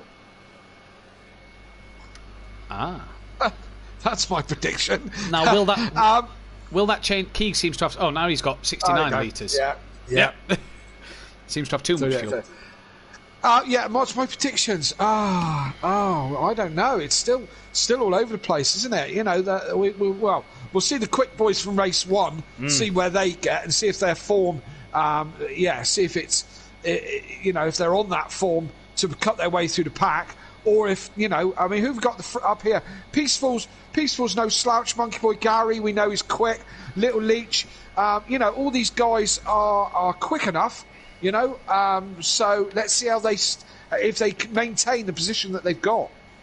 Yeah, this will be the one to keep our eyes on in this one. At the moment, it's going to be an interesting one to find out what can the progression of the guys who got the top 7 last time out do here as well, especially the likes of Andy. What can he do? Phil 15th at the back of the grid. That's going to be a tough ask with him at the back. He may have to avoid some carnage. Now, I'm not going to lie, it looks a bit darker then as the revs are rising for race 2. The lights are there. We're green at Spa, it's go. Peaceful again, looks like he's got a very slow start. And look at that Bozzy Boy. He's immediately off the line. Peaceful worried already that he's having to block to the inside. And as we head into turn 1, no carnage this time round. Bozzy though up the inside. Gary, good start. Round the outside, a bit of a nudge. There's Monkey Boy and Little Each. He had a bit of a nudge, and I think Monkey Boy and Little Each into the wall already. Turn 1. Master seems to stay out of trouble. Welshie as well out of trouble. But that Bozzy Boy got a good start. Gary up into 2nd place as we head out Eau Rouge for the first time in race 2. And Peaceful's good start at the moment. That Bozzy Boy's very wide. He's got to get it back on the track and does so with ease. And he does. Yes, indeed. Gary with a flying start, though. He's up into 2nd place. Everyone's through and clean. A couple of wide moments, but nothing too bad. Probably Little Leach was worst off out of everybody. Now currently in last place, 4 seconds off the pace. But Gary going at it with Keegs at the moment, while Peaceful's off in front. And Keegs looks re-energised in this season, to be fair, in the Merc already. His best finish was at Spa in season 1 in the BMW. Nearly got on the podium. Was his best finish, I think, here at Simplay. And look at him in race 2. He's challenging the 2-time winner brilliantly at the moment. Good start from Unorthodox and Andy up to 7th and 9th. D-Biggs as well up into P5 early doors here as well. Mazda didn't seem to get the start that he wanted. Only stayed back in P12. Gained on Little Leach and Monkey Boy that are coming together. But already Peaceful got his head down and is a 2.5 in the lead. And there's Keegs, as we mentioned him, just into the wall. And he's going to rejoin. And that Bozzy Boy then has to let Keegs get the corner there, but Keegs may have damage on that car. And that Bozzy Boy, good start from him at the moment, getting his head down. Go on, Liam. We want to see. We all love Liam. Everyone loves Liam. So let's hope that he continues this continuous form, but he's got D Biggs, who's not really hassling him at the moment. D Biggs got his own problems, which happens to be Emo Guy, and Dan in there as well. Shake and Baker are close there, and Andy just behind. So Shake and Bake and Class 97 all in close company at the moment. Indeed, they are. Mazda's got past Welshie seems to have had a problem. He's dropped back behind Phil and Mazda then, as Mazda then only up to P11. Lost a little bit of ground to this pack in front. I'm sure he'll be wanting to be on the back of Andy and this little gaggle of cars with Big Boy Brazier in it. As Jamie said in the chat in the break, he tried to switch back and it didn't work. That's why you gave the place back to Mazda at the end of the race. But a good gaggle of cars here, just starting to form behind Liam. But Liam here, this is where this will test how he's done in that off-season, coming up from the Pro-Am into the Pro. How is he going to cope under this amount of pressure, with this group of cars behind him? Peaceful leading by 2.1 seconds. Gary second, Keegs still third. The damage doesn't seem to have hurt Keegs that badly at the moment. The cameraman isn't glitching to Welshie at the top of Radion anymore. Well, hey, no. Keegs very wide though at the top of Radion. Absolutely, and so easy to do, and but they've got to try and keep it in track limits if they can. But Liam, as I say, Liam doing okay. Then Keeks is not pulling away from him at any rate of knots, but he has got very racy guys behind him. The Shake and Bake Porsches and the Class 97 Ginettas and his teammate the back of Liam. And what, sorry? And his teammate in that pack as well. Big Boy Brazier in the middle of that pack as well. Yes. He could do with Jamie being in front of all those Porsches and Ginettas, but Jamie's working on it. Jamie is working on it as he's losing out to... no, that's Emo Guy. He's trying to attack. Andy's coming back at him then into this left-hander. Andy's going to be a brave man to do it there. It's not really an overtaking part of the circuit, is this part. Longer left-hander. You don't want to sort of be up the inside because you sort of take a wider line around the corner. So Andy won't be wanting to go up the inside there. Just a bit of track limits. Comes back on behind him. And Biggs now is attacking that Bozzy Boy. In fact, I think he's got that job done. He has indeed. It's that Bozzy Boy losing out the place, but holding his ground at the moment. And a good start for Liam in this second race, and proving why he was good enough to get promoted from Pro-Am into Pro. This is why he's here. He's proving that he can wrestle with the best of guys in this group. Peaceful from Gary. 2 seconds is the gap. Then they've got 2 seconds back to Keegs, who is just now at the front of this gaggle of cars, which Liam, although he's losing ground to these Porsches, isn't losing much ground to Keegs. No, he's no, and wow. Emo going very, Emo glitching all over the place. As we see, we're on board with Liam as he tries to go in deep. Then that was Emo into the back of Dan, that was. Yeah, that looked to be the case. That Bozzy Boy went a bit wide. It looked like that Bozzy Boy was trying to overtake Dan round the outside, and then you just see a Porsche bouncing across your screen. Looked like he had a tap from Emo Guy. Mazda and Phil have both cleared Rabbit Joe. They're now going to be on the back of Dan sooner than later. Big Boy Brazier trying to attack Andy, who's finally got past him. They've both got past Emo Guy. You saw Dan giving a bit of a flash there to Emo Guy, probably saying, hey man, what was that all about? Yeah, what was that all about, sort of thing. I think Emo missed his braking completely overshot the bus stop chicane and took Dan out. So understandably, Dan's a little bit upset about that one. Now we're at lap 3 as well, Kelly. Pit window open. Welshie's in the pits. Now, is that going to pay out? We know rain is coming around. Is that going to pay out? Here is Bozzy Boy with Andy and his teammate right behind him, and he's going to cover that inside line. Can he help his teammate here just get in front? We've got like a 3-team battle. Class 97, Iron Brew Racing, and Shake and Bake, although one of the Shake and Bake boys is gone. And Liam here, I've got to tip my hat to Liam here, doing a stellar job to keep these guys behind him, and there's one of the Ginettas, and that's in the wall. Which one is it? And that is Emo Guy. Emo, yeah, absolutely. Emo Guy in the wall.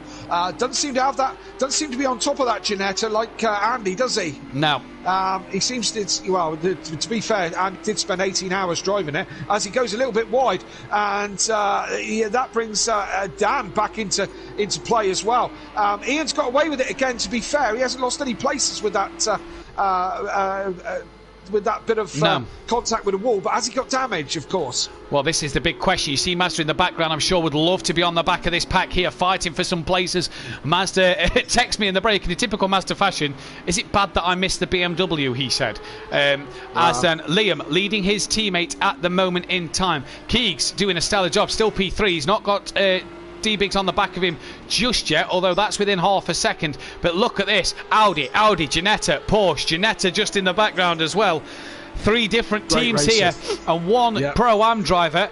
Is that a team switch? Is that Liam letting the quicker teammate through? Job done for Jamie Brazier, although he's very, very wide, as is Dan there. And we saw Dan earlier on in race 1. You've got to be careful going wide there. Now Andy looking up the inside of that Bozzy boy into the chicane. Does it get the move done? And Dan's having a look around the outside. And as he muscled his way past, he's muscled his way side by side. A bit of a twitch from Andy coming out of the chicane. And a great move around the outside from Dan at the first part of the chicane. Dan up to P7.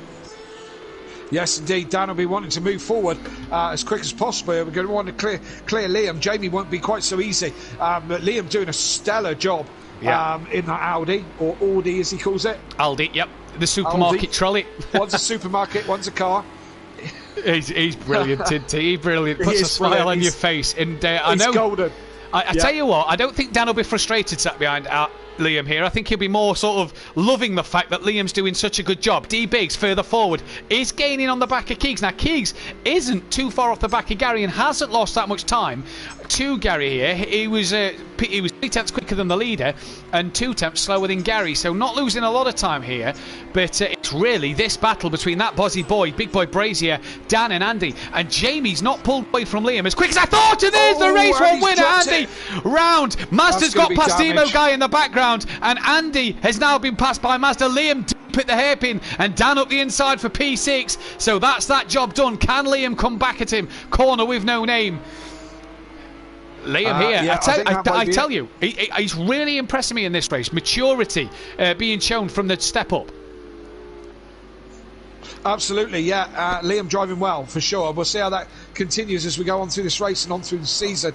Emo Guy obviously not got too much damage after his little incident. Andy, again, did they make these Ginettas tough?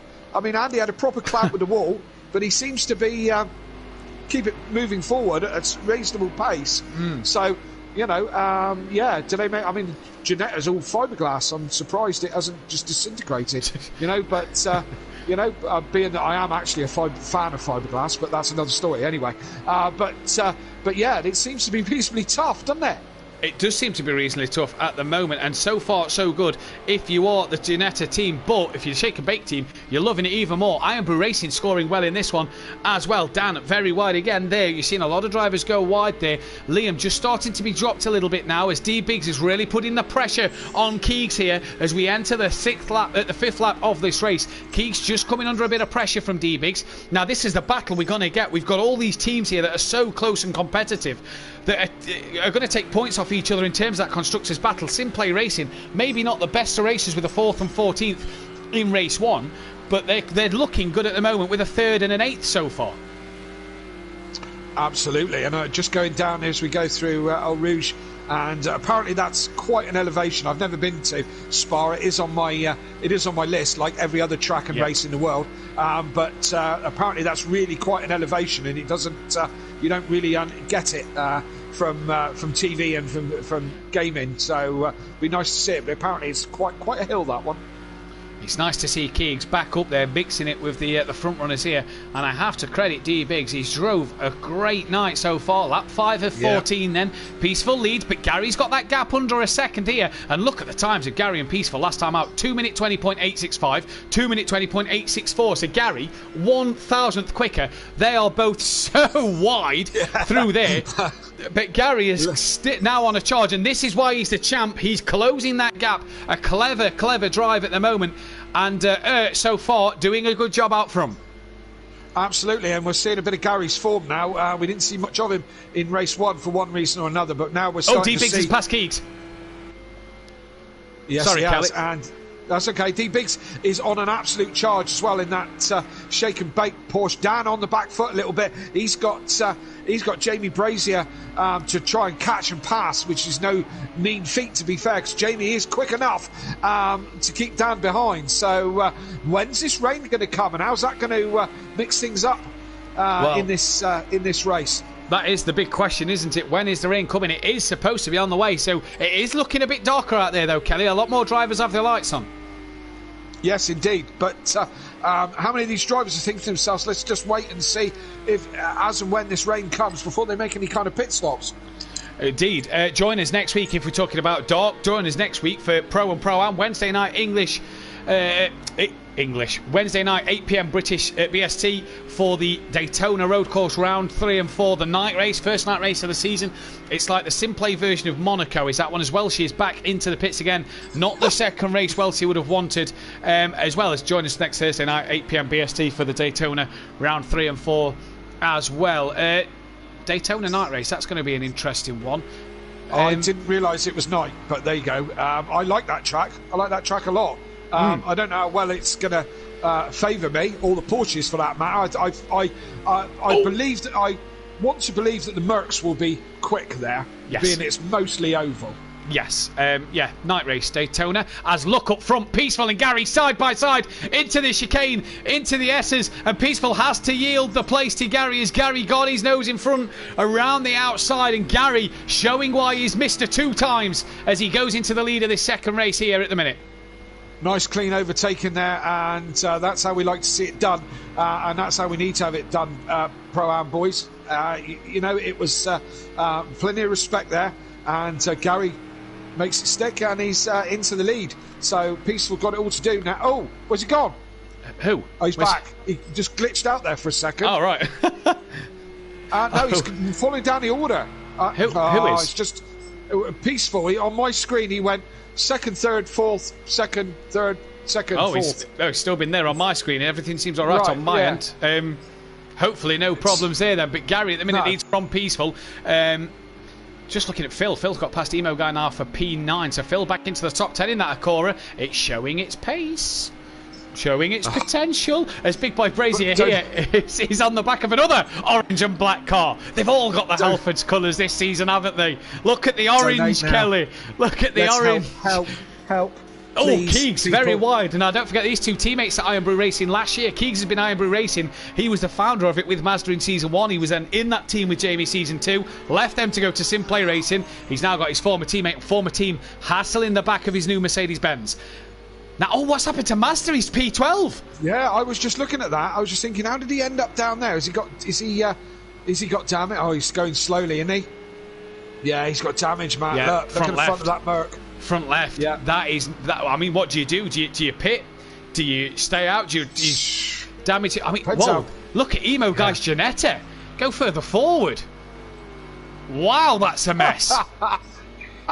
That looks like Andy's did on the 24-hour. The bonus was the 24-hour was just visual damage. I don't know how Emo Guy's getting that around. Surely that is going to have to be a pit stop here, as Little Leach is coming in, as is Emo, as is Master, so they're all in. Yes, indeed, that's a mess. And the mechanics here, I always moan every single race that they're completely useless, but watch them put body panels on really quickly. Back. There you go. They can do body panels and lights really fast, but they can't do tyres and fuel. They have to do fuel, then tyres. They can't multitask, these guys. Look, stand around, no rush. Yeah, what are you waiting for? Nobody's doing any work. Unbelievable. Lollipops up, but Emo Guy still can't go yet as the car's being repaired. That sounds the grunt of the Mercedes. There goes Master as he runs Emo Guy's pit crew over there because, whatever. You can. Yeah, you can. They just goes to. He's also past Little Leach, who is still stationary in the pits. Back out on track. Keegs has lost out to Big Boy Brazier on the timing screens, and that Bozzy Boy is still in the top 7 here, so he's really having a good race. But Jamie getting in front of Keegs, and Mazda not having the race he'd have wanted here at the moment either. That Bozzy Boy doing great at the moment so far. Top 10. And Andy's not closing him down. Is Andy? His car doesn't look too bad. We know he had a clout in the front earlier on in the race. Is he running with some damage and just able to manage it at the moment? Because he's not catching Liam, is he? No, that's the interesting case. The Evil Scotsman, aka Emo Guy, Little Leach hit me while he was spinning. So I wonder if Emo Guy's had a spin and that caught Little Leach. I wonder if Mazda got involved with that then, because Mazda was around Emo Guy. In fact, no, he's in front of Emo Guy, so I don't know what happened to Mazda. But yeah, Unorthodox then gaining on the back of Keegs now. Keegs just starting to fall into the trap of these guys. He's been passed by Biggs, passed by Big Boy Brazier. He now looks like he's going to have Dan on the back of him shortly, as it looks like it's getting darker here. Yeah. Is rain imminent then? And that is Keegs coming in. Wow, Keegs gone in. With the threat of rain around, I'm surprised we're seeing this many early pit stops, but we are. And Keegs in the pits at the end of lap 7 then, so not the start these guys would have wanted. Gary still leads from Peaceful Explosion, who's got D-Big starting to get a bit closer now. That gap is 2.1 seconds. And then Big Boy Brazier a further 3 seconds back. And look at the top 4 here. Porsche, Mercedes, Porsche, Audi, but all 4 different teams. Yes, indeed. And as we said at the beginning, this could shape up into quite a season this year. With all these guys, with so many good drivers and so many teams, it's going to be a very fascinating season for sure. It really is then. Going further back down the order, Phil now up into P8 in the Acura, so he's gained a couple more positions. He's getting the screen time tonight. He's 5 seconds off the back of Andy, so let's keep an eye on this one, because in race 1 Phil didn't have the pace what the Ginetta did in that Acura, especially in that middle section. But I get the feeling that Phil is catching Andy. Now, does that say that Andy has got that bit of damage, we think? Yeah, maybe. Just to be clear to everyone on the stream, that Phil is in the Acura. Okay, just in case you found that Matt hasn't said the word Acura enough times. And just in case you're unclear, that's a subsidiary of Honda. Just in case we didn't make that clear, of course. Now then, what has happened to that Bozzy Boy? Has he had a bit of a spin or a bit of a moment this time round? Because Phil is actually Andy in this middle sector has gained time over Phil and is really starting to catch Liam. Has Liam made a mistake somewhere, maybe around wide or something? But this could be interesting to see what's happening.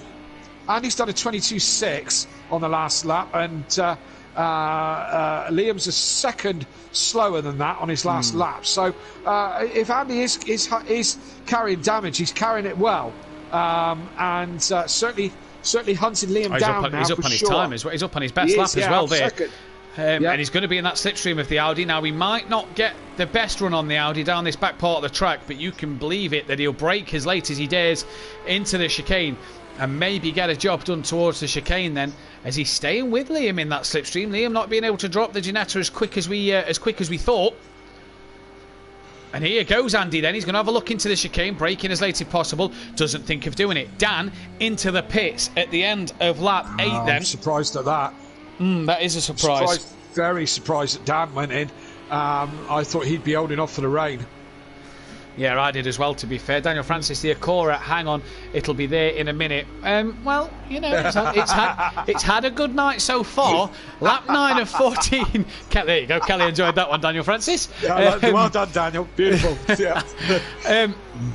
Phil's up to P7 now. Look at that, he's charging. Is the Acura. Lap 9 of 14 then. So rain imminent apparently, but we're not seeing it. So are the guys going to look out if it rains it now? You know, are the guys going to be able to stay on slicks till the end? That's the question. Possibly, yeah, possibly. There we go. There's a spot. There's a spot. Here it comes. So lap 9 of 14, it's beginning to rain. Now for Dan, did he pit for the wets at the right time? Did he not? Those who's pitted already, Rabbit Joe into the pits to make his stop. Where's Joe? There's no way we can tell, is there? No. Who's on what tyres? We can't tell at all. Here goes Andy, down towards a hairpin on that Bozzy Boy, up the inside. Liam gives him plenty of room, a bit of a touch between the two of them. Liam looking to cut back, can't get that one done though. Andy's got that job firmly done here. Now, the wet weather, this is going to be interesting. Yeah, well, who knows what Dan's on, if he's decided that he can do 5 laps on the slicks, whatever the weather. Yeah, might be his strategy. But here comes the rain. We said it was coming sooner or later. We did say it was coming sooner or later. He's doing absolute bits at the minute, is Dan. He's a master of the wet. So we'll have to see what he can do going forward in this race in terms of his pace and in terms of what trickery he pulls. Has he already gone onto the wet tyre in preparation? Joey's in the pit, so is Joe going to the wet tyre now? We'll have to wait and see. Everybody's pitted after the mandatory pit window, so that's good to see. But as we're on to lap 9 here, not wet enough for the tyres yet, says Daniel Francis. It'll be interesting to see who is diving in. Now, Peaceful, Biggs. Peaceful's gone in. D. Biggs has gone in. Gary stayed out. Gary stayed out, yes, absolutely. But both of these... in what does the GQ stand for? Did we go over that? GQ stands for getting quicker. Getting quicker, right you are. Okay. I'm sure we might have mentioned that, mightn't we? Yeah, we may have done. Now, maybe a change of tyres. Keep your eyes on Gary. Jamie as well has stayed out. He's allowed Liam to get the call on the pit stop. Now, that surprises me with Jamie being the lead car. But either way, Liam gets the pit stop first. Phil as well is into the pits in the Acura. Peaceful Explosion away ahead of D Biggs then. Is he? Yes, he's passed him in the pits. Andy as well has stayed out. Now, has Andy pitted? No, Andy hasn't. No. Looking at the old Toy Story notebook, Andy has not pitted. The good old Toy Story notebook, back for season 3. Now look at Dan here. Look at Dan. He's really caught up to the back of D Biggs, and in fact may have the run on Peaceful Explosion as they're coming out the pit lane. Dan is in second place, in potentially a net second place. Tuck's back in now, and that, if he is on the wet tyre, is what a strategy. Yes, indeed. His last lap was a 2:29. Oh, Peaceful! Oh, Peaceful's gone. Drops it at the top of the region to rally on. And he's had such a good race. Yes. Oh, God. So Dan is in front of his teammate. A cleared Peaceful as well. Mazda's back in the pits. Yeah. Yes, absolutely. Yeah, Mazda back in the pits. Is he changing to wets, or is he? Or has he got more damage, or both, for that matter? So, as Dan pulled a masterstroke and put the wets on a lap early, and made him work. His last lap was a 29. I mean, that's slow on dry pace, you know. But but if he's nursing wet tyres, Kelly, on a dry track while the rain hadn't came, then that's not a bad outlap. Mazda looks like he's coming out the pit. Him and Monkey Boy are trading places in the pits. They're both on their way out. Surely Gary's got to pit this lap. I mean, he's got to do his mandatory stop, but it's getting... I mean, there's no spray from the car yet, so... No, not yet. It doesn't indicate that the track is wet enough. I suppose it's down to the driver's feel. Gary's coming in. He's in the pits. Now, this will be interesting. Will Dan... Because Dan did Peaceful... If Jamie changes tyres, which he's going to, isn't he? Probably, possibly. Is Dan going to jump Gary for the lead? Well, this is going to be the interesting one. He is good in the wet. Jamie Brazier in the pits as well. Here comes Dan. He's just come off the bottom part of the track. Back. Peaceful down to 6th place, but how much damage has he got? Andy into the pits in the Ginetta as well. Top 3 in the pits. Yeah, so this is going to be interesting. So Dan, net... What on the road? That's the question. Well, we're about to see the spray now, look. Yeah, there is. From where we saw Gary just 15 seconds ago. I think Jamie's jumped Gary. I think Jamie's jumped Gary in the pits.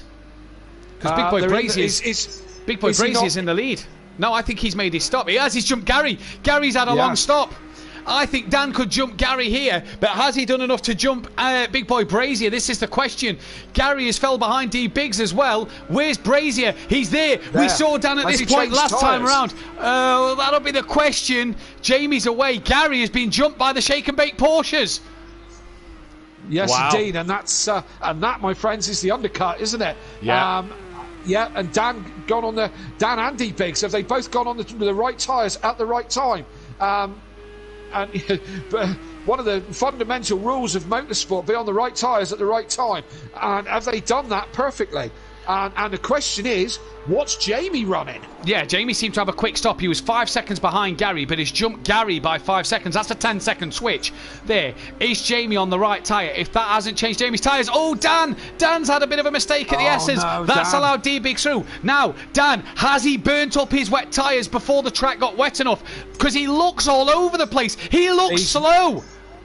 He's broken it, and he's damaged it by the looks of it. Is he damaged it already? Slowly. I think he's lost grip, Kelly. I think he's burnt his tyres up. I think he's pitted too early. Well, Gary's about to... Dan's almost defenceless to that, isn't he? Gary's driven around the outside of him there. He's damaged that. That's more than tyres, Matt, I think. I think he's damaged it. Where's he done that then? Because we didn't see him hit anything. The car looks in good nick. Yeah, but look, he can't keep it on the track. I don't think he's struggling. I think that's grip, Kelly. I think he's burnt his tyres out. Right, wow. Or did he pit for wets? Did he not think it was going to get this wet? Yeah, maybe he's still on the slicks. Who knows? Information that we don't have, but he's certainly moving very slowly. Yeah. We'll see in a minute if he comes back into the pits or not. But Jamie is away. Jamie is now 3 seconds from D Biggs and 5 seconds from Gary. So as Jamie pulled a masterstroke in whatever he's done.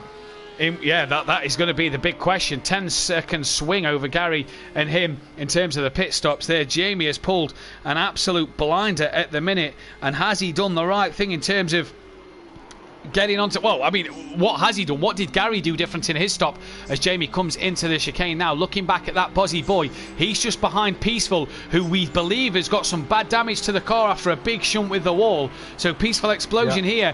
It may not be quick. He may not want to pit again to lose too much time to repair the damage. May just want to get keep it going out there. But this is for 6th place. That Bozzy boy could get a top 6 finish. That'd be brilliant. Keegs wide, Peaceful wide, Bozzy wide, Andy slightly wide, not as wide. Liam's trying to defend from Andy and trying to attack Peaceful. They're both past Peaceful. Liam's looking at Keegs and Liam late on the brakes. And Keegs has tapped Andy. Wow, that's a pile. That's a pro-am all over again. Keegs is coming back into the pits, and look at who could capitalise here. The Acora. It's the Acora. Just in case you forgot. Phil's changed his name to Acora. Phil here is driving brilliantly. Another 6th place at the minute. And Peaceful and Keegs back into the pits. What did Liam do there? Seemed to tap the rear of Keegs. Keegs had tapped the rear of Andy. Not sure what happened there. Gary's on the back of D-Biggs. Gary's looking quick in these conditions.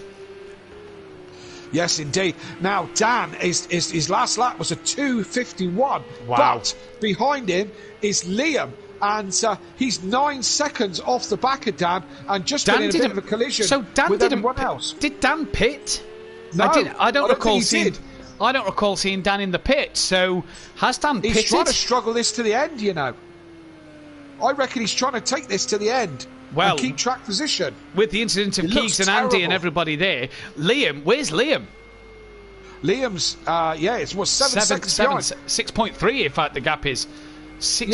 Yeah, but Liam's just been involved in that tussle that's happened. Phil is now on the back. Acora is now on the back of Liam. He's within the second anyway. Is Dan just trying to nurse this back? I think Dan's going to lose out to these two, Kelly. I don't think he's got enough time. I think he is also going to lose out to Andy, who's 3 seconds behind these two. I think Dan could lose 3 places here and maybe finish around 7th place. Look at Phil. He looks confident in the wet compared to Liam, doesn't he? He seems to be gapping. There's the spray. That spray at the bottom of your screen then is Dan. Yes. Wow, he's going so slowly. Tiptoeing. Yeah, he's going so slowly. Get ready for it. There's Liam. There's Phil. Yeah. There's Andy. There's Andy just. Where can Dan end up if he's just nursing this home? Well, these boys coming up behind him now. This is the question, isn't it? Big Boy Brazier, 4 seconds out front. Gary's got past D-Biggs, but this the battle. Look at Liam just driving past Dan. Here's one for you. The Acora's going to just drive past the Porsche. Power! Yeah, but... Boom! The power of wet dreams. And it's turning into a dream for the Acora. Liam wide. Liam twitchy. Porsche. And here comes Phil into the bus stop chicane. How late is he going to be on the brakes?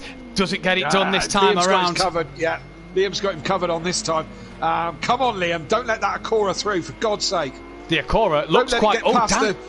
Dan stood in that much there, Kelly. Did you see he had to cut the chicane? He can't get it turned into the chicane. He had to cut that far. The Giannetta's gone past him on straight line speed in the wet. Now we've got a 3-way battle here for P4. We're on lap 13 of 14. Everybody have made their stops. Andy, I think's lost it. Andy's spun. He's gone round. Now reset button. Slam dunk. Slam dunk. Saw that one on stream, Andy. Sorry. Going back to look, it's Honda now against Posh Volkswagen. Posh Honda against Posh Volkswagen as they go down the straight. Come on, Liam, you've got to do it for the VAG group. Here goes Phil then, getting in that slipstream. He's pulling out now and he's going to look to the chicane up the inside of that Bozzy boy. The Acora, Liam just chopping the nose off a little bit, but they both keep it clean. They're both still on track. Just to say, Gary 1.3 seconds quicker than Jamie last time around. With 2 laps left, Gary could be on the back of Jamie on the final lap of this race. Liam's wide. The Acora's through. P4 for Phil. Cracking drive by the Acora, and if Sutty's not watching, get on and watch it, because this could have been the best car choice since Andy and Emo Guy picked the Ginetta. Wow, steady on. Well, But he certainly got it past the posh Volkswagen. The dramas here at Simplay never seem to end here. But hats off to Liam, P5 on his second race in the Pro. What a drive that is. Dan here is 20 seconds ahead of Keegs with 2 laps left. I wouldn't question Keegs being on the back of Dan at the end of this race. On the back, maybe. Past, different question. We'll see. But, so, I mean, you know, how fortunes change, isn't it? Peaceful and Mazda, you know, way back in 9th and 10th at the moment. How fortunes change from the first race. And again, Andy back in 6th in that Ginetta. So it's certainly going to be interesting to see the point standings once it's all done and dusted and all shakes out. It's going to be interesting, isn't it? It's going to be very interesting. Gary's got past D-Biggs and has cleared him. The gap's still about 3.5 to Big Boy Brazier, so maybe he's not going to be on the back of him by the end of this race. They're coming around to the bus stop chicane at the minute, but Gary seems to have the measure of him in the wet. Here is Big Boy Brazier. Oh no, they're coming up El Rouge. Sorry, I'm looking at the wrong dots on the track map. So these have started the last lap then. Gary 1.2 quicker again on the last lap, but I don't think he's got enough 3 seconds to gain that time back. But it depends. We're in the wet. Anything can happen. Come on, Gary, hunt him down. I bet you can't guess who said that one. Yeah, that might be the guy I have to give up the #1 place to. That might be. Big Boy Brazier here. Always second best. Always second best. Jamie here is about to put a lap on Rabbit Joe, it would seem, at the moment. And so far, so good. If you are Big Boy Brazier, what did you get? P5 in race 1 and on the podium race 2. It's not a bad start to your season. No, not bad at all. Yeah, good start. Yeah, am I right in saying... Oh, D-Biggs has had a spin. Yes, sorry, what was you going to say about the back markers? Oh, quick, the Acora's coming, hurry up. Get the very posh Volkswagen going again. Gary! Every time Gary's had a big spin, he's hit the wall hard. Huge Round spin. he goes. Dizzy as. That's because Beth, That's because Beth is any more? You're going to do another donut? Yeah. But Gary, has he got bitten out? Oh, look. D-Biggs is coming up behind him, but he may not. Gary might be able to just hold him off. Where's Jamie? Jamie's well away. A couple of corners. D-Biggs probably not close enough. Gary can probably cover him off on that one. So, I don't think there's any real harm done for Gary. What was you going to ask about the back markers? Yes, am I right in saying that the back markers do not have to get out of the way this year, or if they have to ever? But it's a bit like the World Endurance Championship now, where the leader. We've had a lot of problems with back markers in the past, and us and the admin team decided to say that, you know what, if you're a lapped car, the leader has to pass you. That was the easiest way around it. I'm on to that. I'm in for that. To stop the leaders from moaning. But what we've got here then is Jamie Brazier's going to take the second race of the season. Good job from him. Gary looks like he's going to get himself on the podium for P2 after a spin. He's a bit twitchy out of final corner. Careful, D-Biggs is coming. Gary, though, takes P2. Good job from Gary already. In this first race of the season, Gary takes a P2. D-Biggs again on the podium, 3rd place this time around for him. So a good start to his season indeed. And this man, what a job! P6 in race 1. It's going to be a P4 in race 2. He's well in front of that Bozzy boy. It will take something dramatic from him here to lose that one. Now, good drive from Phil there. Great drive from Phil. We're not going to see Phil cross the line because we're going to jump back to that Bozzy boy who's under attack from Andy coming up to the final chicane. Phil, P4, great job. Liam's got to get this one done. Where's Andy? He's looking for the cutback. It's going to be a battle of power now. Andy's lost it. Andy dropping it out the chicane, and Liam's going to take a P5. What a drive from him. Andy then will come home for a P6. Oh, it's all dramas at the moment. Keegs did get Dan. Yeah, he has got Dan. Clearly. Comfortably, sorry. Dan's still struggling away with that damage. Was it a good move not to come in again? Yeah, possibly. He still ends up 8th. He might have been 12th or 13th maybe with a long pit stop for damage. So was it a sensible thing for Daniel to do? Well, yeah, maybe. You know, but Keegs across the line. Strong effort at the beginning of the race. 7th place. Yeah, it's not the end of the world, is it? So no, it's not. Dan comes across the line. It's got to be D-Biggs' night, hasn't it? And we haven't even spoke about driver of the day. No, we haven't had time to. No, but let's throw it out there a bit quickly. Let's get your comments on drivers of the day. D-Biggs for me. Yeah, D-Biggs for me.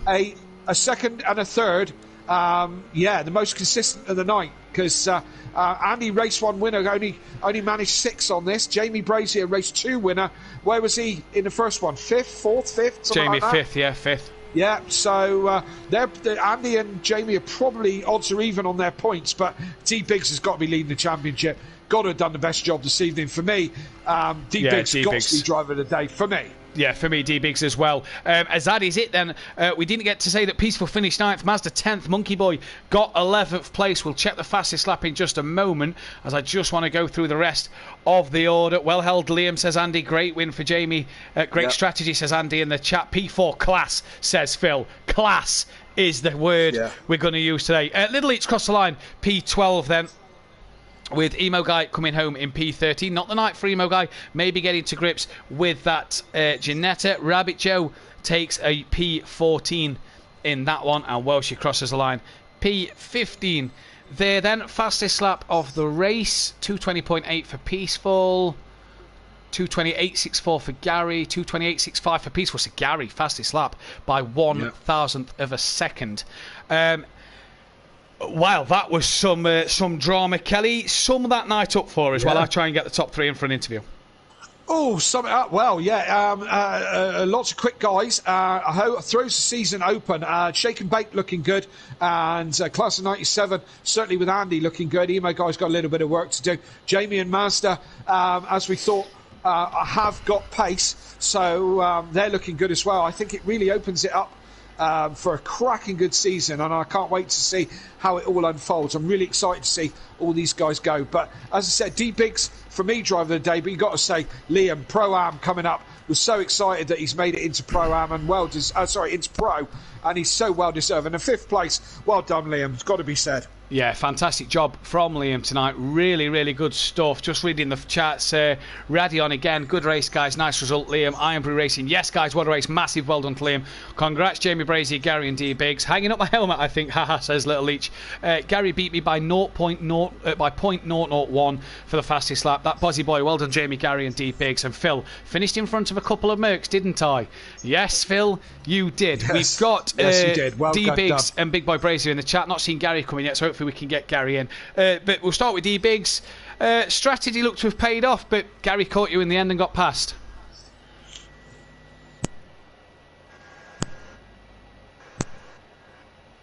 I think is it. I can't hear him. Sorry, I'm here.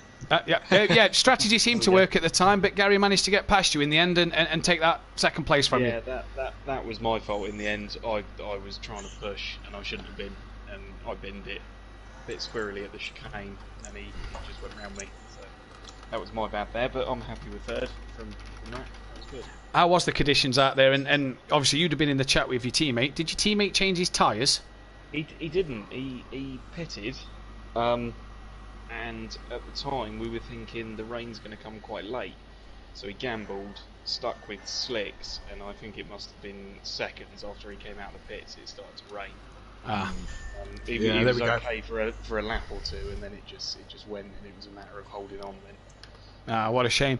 P3 though, driver of the day as well, so good night for yourself, good points for yourself early on in this championship. Yes, good. I'm happy with that. Let's keep going. Yeah, night race next week. What can you do from there? Same again. Kelly, anything to add? That'd be nice. Anything to add, Kelly? Just, well done. You were my driver of the day. I think you had a consistent meeting all the way through. Does it make you feel like a start season like that? Does it make you start looking at the ultimate prize and the championship, or just too early days for that? Well, you have to look at the ultimate prize. There's no point turning up otherwise. Too true. Too true. If you're not going to win, then if you're not got an eye on winning, absolutely. But great racing tonight. Awesome. Yeah, well done. We'll see you next week. Cheers. And then we've got the race 2 winner as well, Big Boy Brazier in with us. Jamie, a 10-second switch over. Gary, who was 5 seconds behind and came out of the pits 5 seconds in front. That's a heck of a work from your pit crew. Yeah, so that was just a change of tyres. I don't know if Gary had any damage to repair or put any fuel in, but mine was just a change of tyres and out. So I didn't expect to see myself come out ahead of Gary, let alone in the lead. You've got to be pleased with your work. Obviously, a good fight with Mazda in race 1 and a great second race. First and a fifth sees you tied in the championship lead with Andy. Good job, good night, well done, isn't it, really? Yeah, it's a very good night, well done. Very good night, well done for both of us, for both me and Liam. So I'm absolutely chuffed that Liam got P5 there. Yeah, so I was egging him on all the way. I was going to say, you'd have been in the chat with him. He must have been absolutely buzzing to have crossed the line 5th. Oh, you could say he's up on cloud 9 right now. Well, it's been brilliant. Yep. What happened? Talk us through what happened race 1 at the chicane. We seen you slow down to let Mazda pass for the P4. You said you obviously tried a switchback. Just talk us through what actually happened. So coming into the chicane, Mazda went a bit wide into part 1. I tried to look up the inside for part 2, and then we just kind of met in the middle, and I spun him round. So I thought the only honourable thing to do would just be to let him back through to avoid a penalty. Kelly, anything to add? Just a great solid meeting for you, Jamie. I mean, that's good points. From the second race, Iron Brew Racing scored 35 points and were the highest scoring team for your second race. I don't know how you did in the first, but you've got to be happy with that. And I'll say the same as D Biggs. Have you got your eye on that ultimate prize already, or you just run race by race? I mean, I've got to have an eye on it after I came so close to it last season, but sure. Yeah, say there's always going to be a thought of it, but at this early stage, it's only a little thought. Say, only been 2 races, so at Daytona anything can happen. And just finally, Absolutely. Jamie, how tight is the pack this year? You've got Shake and Bake, you've got Iron Brew, you've got Simplay, you've got GQ, Class of 97, Leachy Legends, and then we've seen the Run Flat Racing boys with Phil seeming to have a good night in the Acura. Straight Line Racing of Walshy and Chris not seeming to be on the pace at the minute, but how tight is it out there between the field? It seems pretty close, and you're not sure where to look. Oh, it's unbelievably close. I mean, in that second race, the first few laps, they were all quite clumped together, and it was just trying to find space and trying to find the right line of where to go to avoid hitting another car or getting held up, and then a whole pack of cars come swarming past you. Well done, Jamie. Congrats on this, and we'll see you next week. Thank you. Yeah, good job. Kelly, just going to run you through the championship standings. Jamie, Big Boy Bracey and Andy tied at the top on 36, a point ahead of D Biggs. Unorthodox tied for 4th with Phil on 23, tied with an Acura for 23 points. Ooh, the Acura tied 4th place. Gary then is 6th on 22 with Mazda down in 7th place. Liam, P8 in the championship, great start to his season, ahead of Monkey Boy in P9, Emo Guys P10 with a little each, P11. Keys P12, Peaceful P13, Welshie 14th, Joe 15th, and Sutty Apex. Didn't get to see him tonight, but he'll be back next week for Daytona, obviously due to work commitments. And then the Constructors' Championship, Shake and Bake lead the title by 7 points at the minute from Iron Brew Racing. Class of 97 dropped to 3rd with Leachy Legends up to 4th. Simplay Racing 5th, GQ Motorsport 6th with Run Flat Racing in 7th and Straight Line Racing down in 8th place. Cracking night of racing. Just what a night. Good, yeah, absolutely. Fantastic start. All those guys still watching on the stream, thank you for your company. I would stick with us all season because I think this is going to turn out to be quite a very competitive battle between quite a few of the teams. I think we've got a really strong season to come with these guys, and yeah, I can't wait. Can't wait to get to Daytona. Indeed, we can't wait. We'll catch you all next week live 8 p.m. British BST on Wednesday night for the Pro-Am, where Kelly will be taking on the likes of Fury, Kieran Argent and others in that one, and we'll be back on Thursday night 8 p.m. BST for Big Boy Brazier and the rest of the pack to take it all on again. But from all of us here at Simplay, take care. Good night. Thank you. Good night.